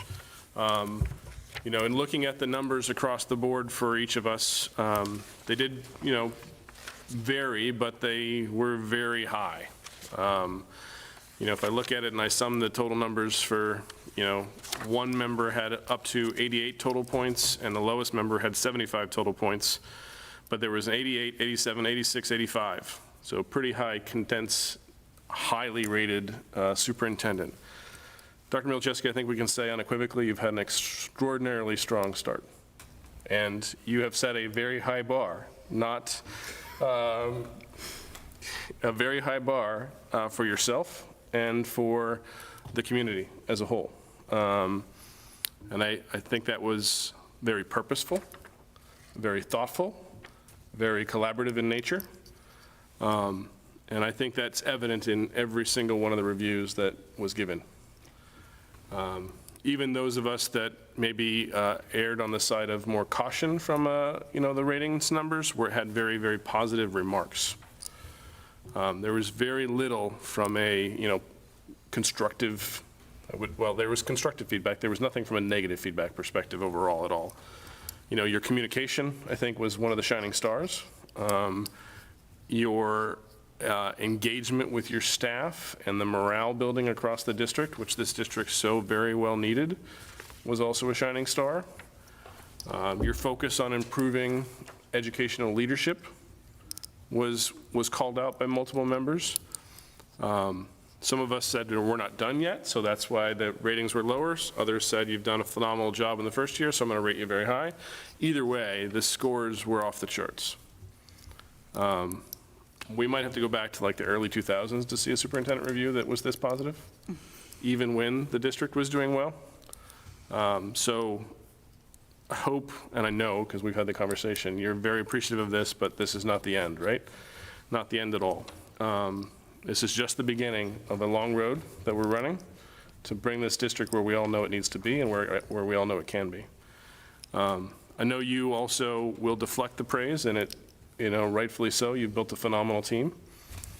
Some of them you had an instrumental role in hiring, a lot of them, not every one of them though. And some of them were here working the work for a while. But we continue as we look at, bringing leaders in for other buildings. We continue to see the collaborative approach that you have in those processes as well. That was called out by multiple members there too.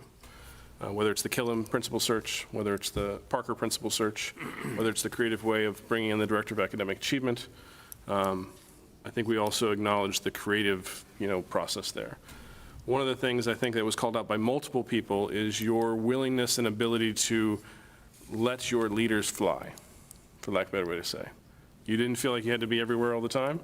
If somebody needed to do something, maybe you quickly vetted it with them, but away they went, and they did, and made big changes. That was called out in the HR space in particular with the work that Michelle did. In terms of the recruiting, hiring, retention process, definitely rethinking a lot of processes across the district this year and making big improvements. So I'm not going to belabor the point, but you know what the ratings are. It's public document as well. I'll ask if any other committee members want to say anything in particular. My approach, real quick, was to basically pull quotes from everybody in the summative. I didn't do much more than that. I felt like everybody's feedback was already well vetted and whatnot, and I felt like it was just a good way to bring it all into the summative overall. So overall, thank you. You did a great job. Now the bar's high. Now you got to get above that bar. So, okay. Anybody want to say anything or add anything? I think you said it well. Okay. Any questions, Dr. Milczewski? No, I guess I'll just start with appreciation for all the feedback and all of the support. This is humbling, and I really appreciate that. I would say, I know you already knew what I was going to say, but I mean it genuinely around that. I feel really, really fortunate to work with an amazing team. And I say team in a lot of different levels. Team, as you see, the team here tonight is one level. I'm around really high-performing people. At the building level, some amazing leaders who are doing good work day in and day out, and our teachers, many of whom we recognize tonight, teachers, secretaries, paraprofessionals, food service, custodial staff, you name it. I am in a position to be successful because of the staff that we have. And I think some of the enthusiasm that's reflected in here reflects the work that others are doing that I get credit for in a lot of ways too. So I just wanted to make sure that the committee, while giving me positive feedback here, really does acknowledge that this work reflects just the work of the district at large. And then I think your point and your push of I'm encouraged by the direction of the district. I'm excited. I do appreciate also the work that the previous administration had done to allow me to come in and hit the ground running, Dr. Doherty and the previous team, and I'd also share that we have a really high bar for where we want to go. I think a few of you have pointed out we got some ducks in a row of things we know we want to tackle, but now is the challenging work of prioritizing and taking some of those things on. So I'm hopeful and encouraged for the future of the district, and I agree that this work is just beginning. So thank you for all of your support, all of your feedback, all of your push and challenge to be the best that we can be. So thank you. Okay. With that said, Sean, do we have a We do. motion? I move to approve the superintendent's summative evaluation as presented in the packet. Second. Seconded by Chuck. Any further discussion? Seeing none, all in favor? All opposed? And it passes 5-0. This is literally a third of our job. It took 1 minute on. Let me back up. No, it took months of effort. And we listened to Dr. whoever. I'm just joking. Thanks, Chris. Thank you so much. For a great meeting. Thank you. This part took a month. I'm teasing. It was 5-9 when we first started this. I'm teasing. I know. Mostly I'm picking on Tom, who had to do the aggregation, Yeah, that was fun. Yeah, I'm sure. Having to text people and call people. People watching might be like, oh, that took a minute. Yeah, exactly. All right, so we'll move on to the last topic of the evening, which is the MOA with the paraprofessional union. In particular, when we negotiated their last contract, it was before Juneteenth was a federal holiday. and so their contract does not currently recognize that holiday, therefore they do not get paid as a result of it. So we're here to have that remedied, basically. It's not right, it's not fair, so we're remedying it. Correct. Tom, do you want to add anything else to The only that? other thing I'll add is that this is in the contract for all of the holiday schedule for all of the other associations. So the cafeteria, employees, facilities, administrative secretaries. So I believe that this is a no-brainer for us. Okay, any questions, any comments? I agree that it's no-brainer, so don't take this question in any other way. Do we have a sense, I mean, presumably there is a budgetary impact. There is. Do we have a sense what that number is? Right around $15,000. Okay, thank you. I believe it was slightly less than that. Okay, thank you. Yep. Would you like a motion? I would like a motion. I move to approve the MOA with the Reading Paraeducators Association regarding the inclusion of Juneteenth as a paid holiday. Any second? Second. Seconded by Aaron.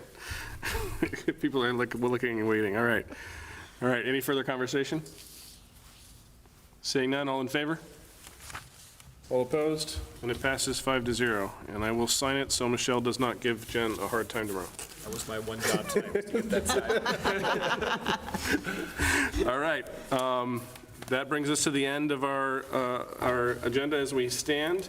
I will, like I said, I'll promise to get the very rough draft of the calendar for next year out. Obviously, whoever the chair is after next meeting's election can make adjustments to that, but I wanted to put framework in place, and especially with regards to what it means for Killam. Jojo, turn us off.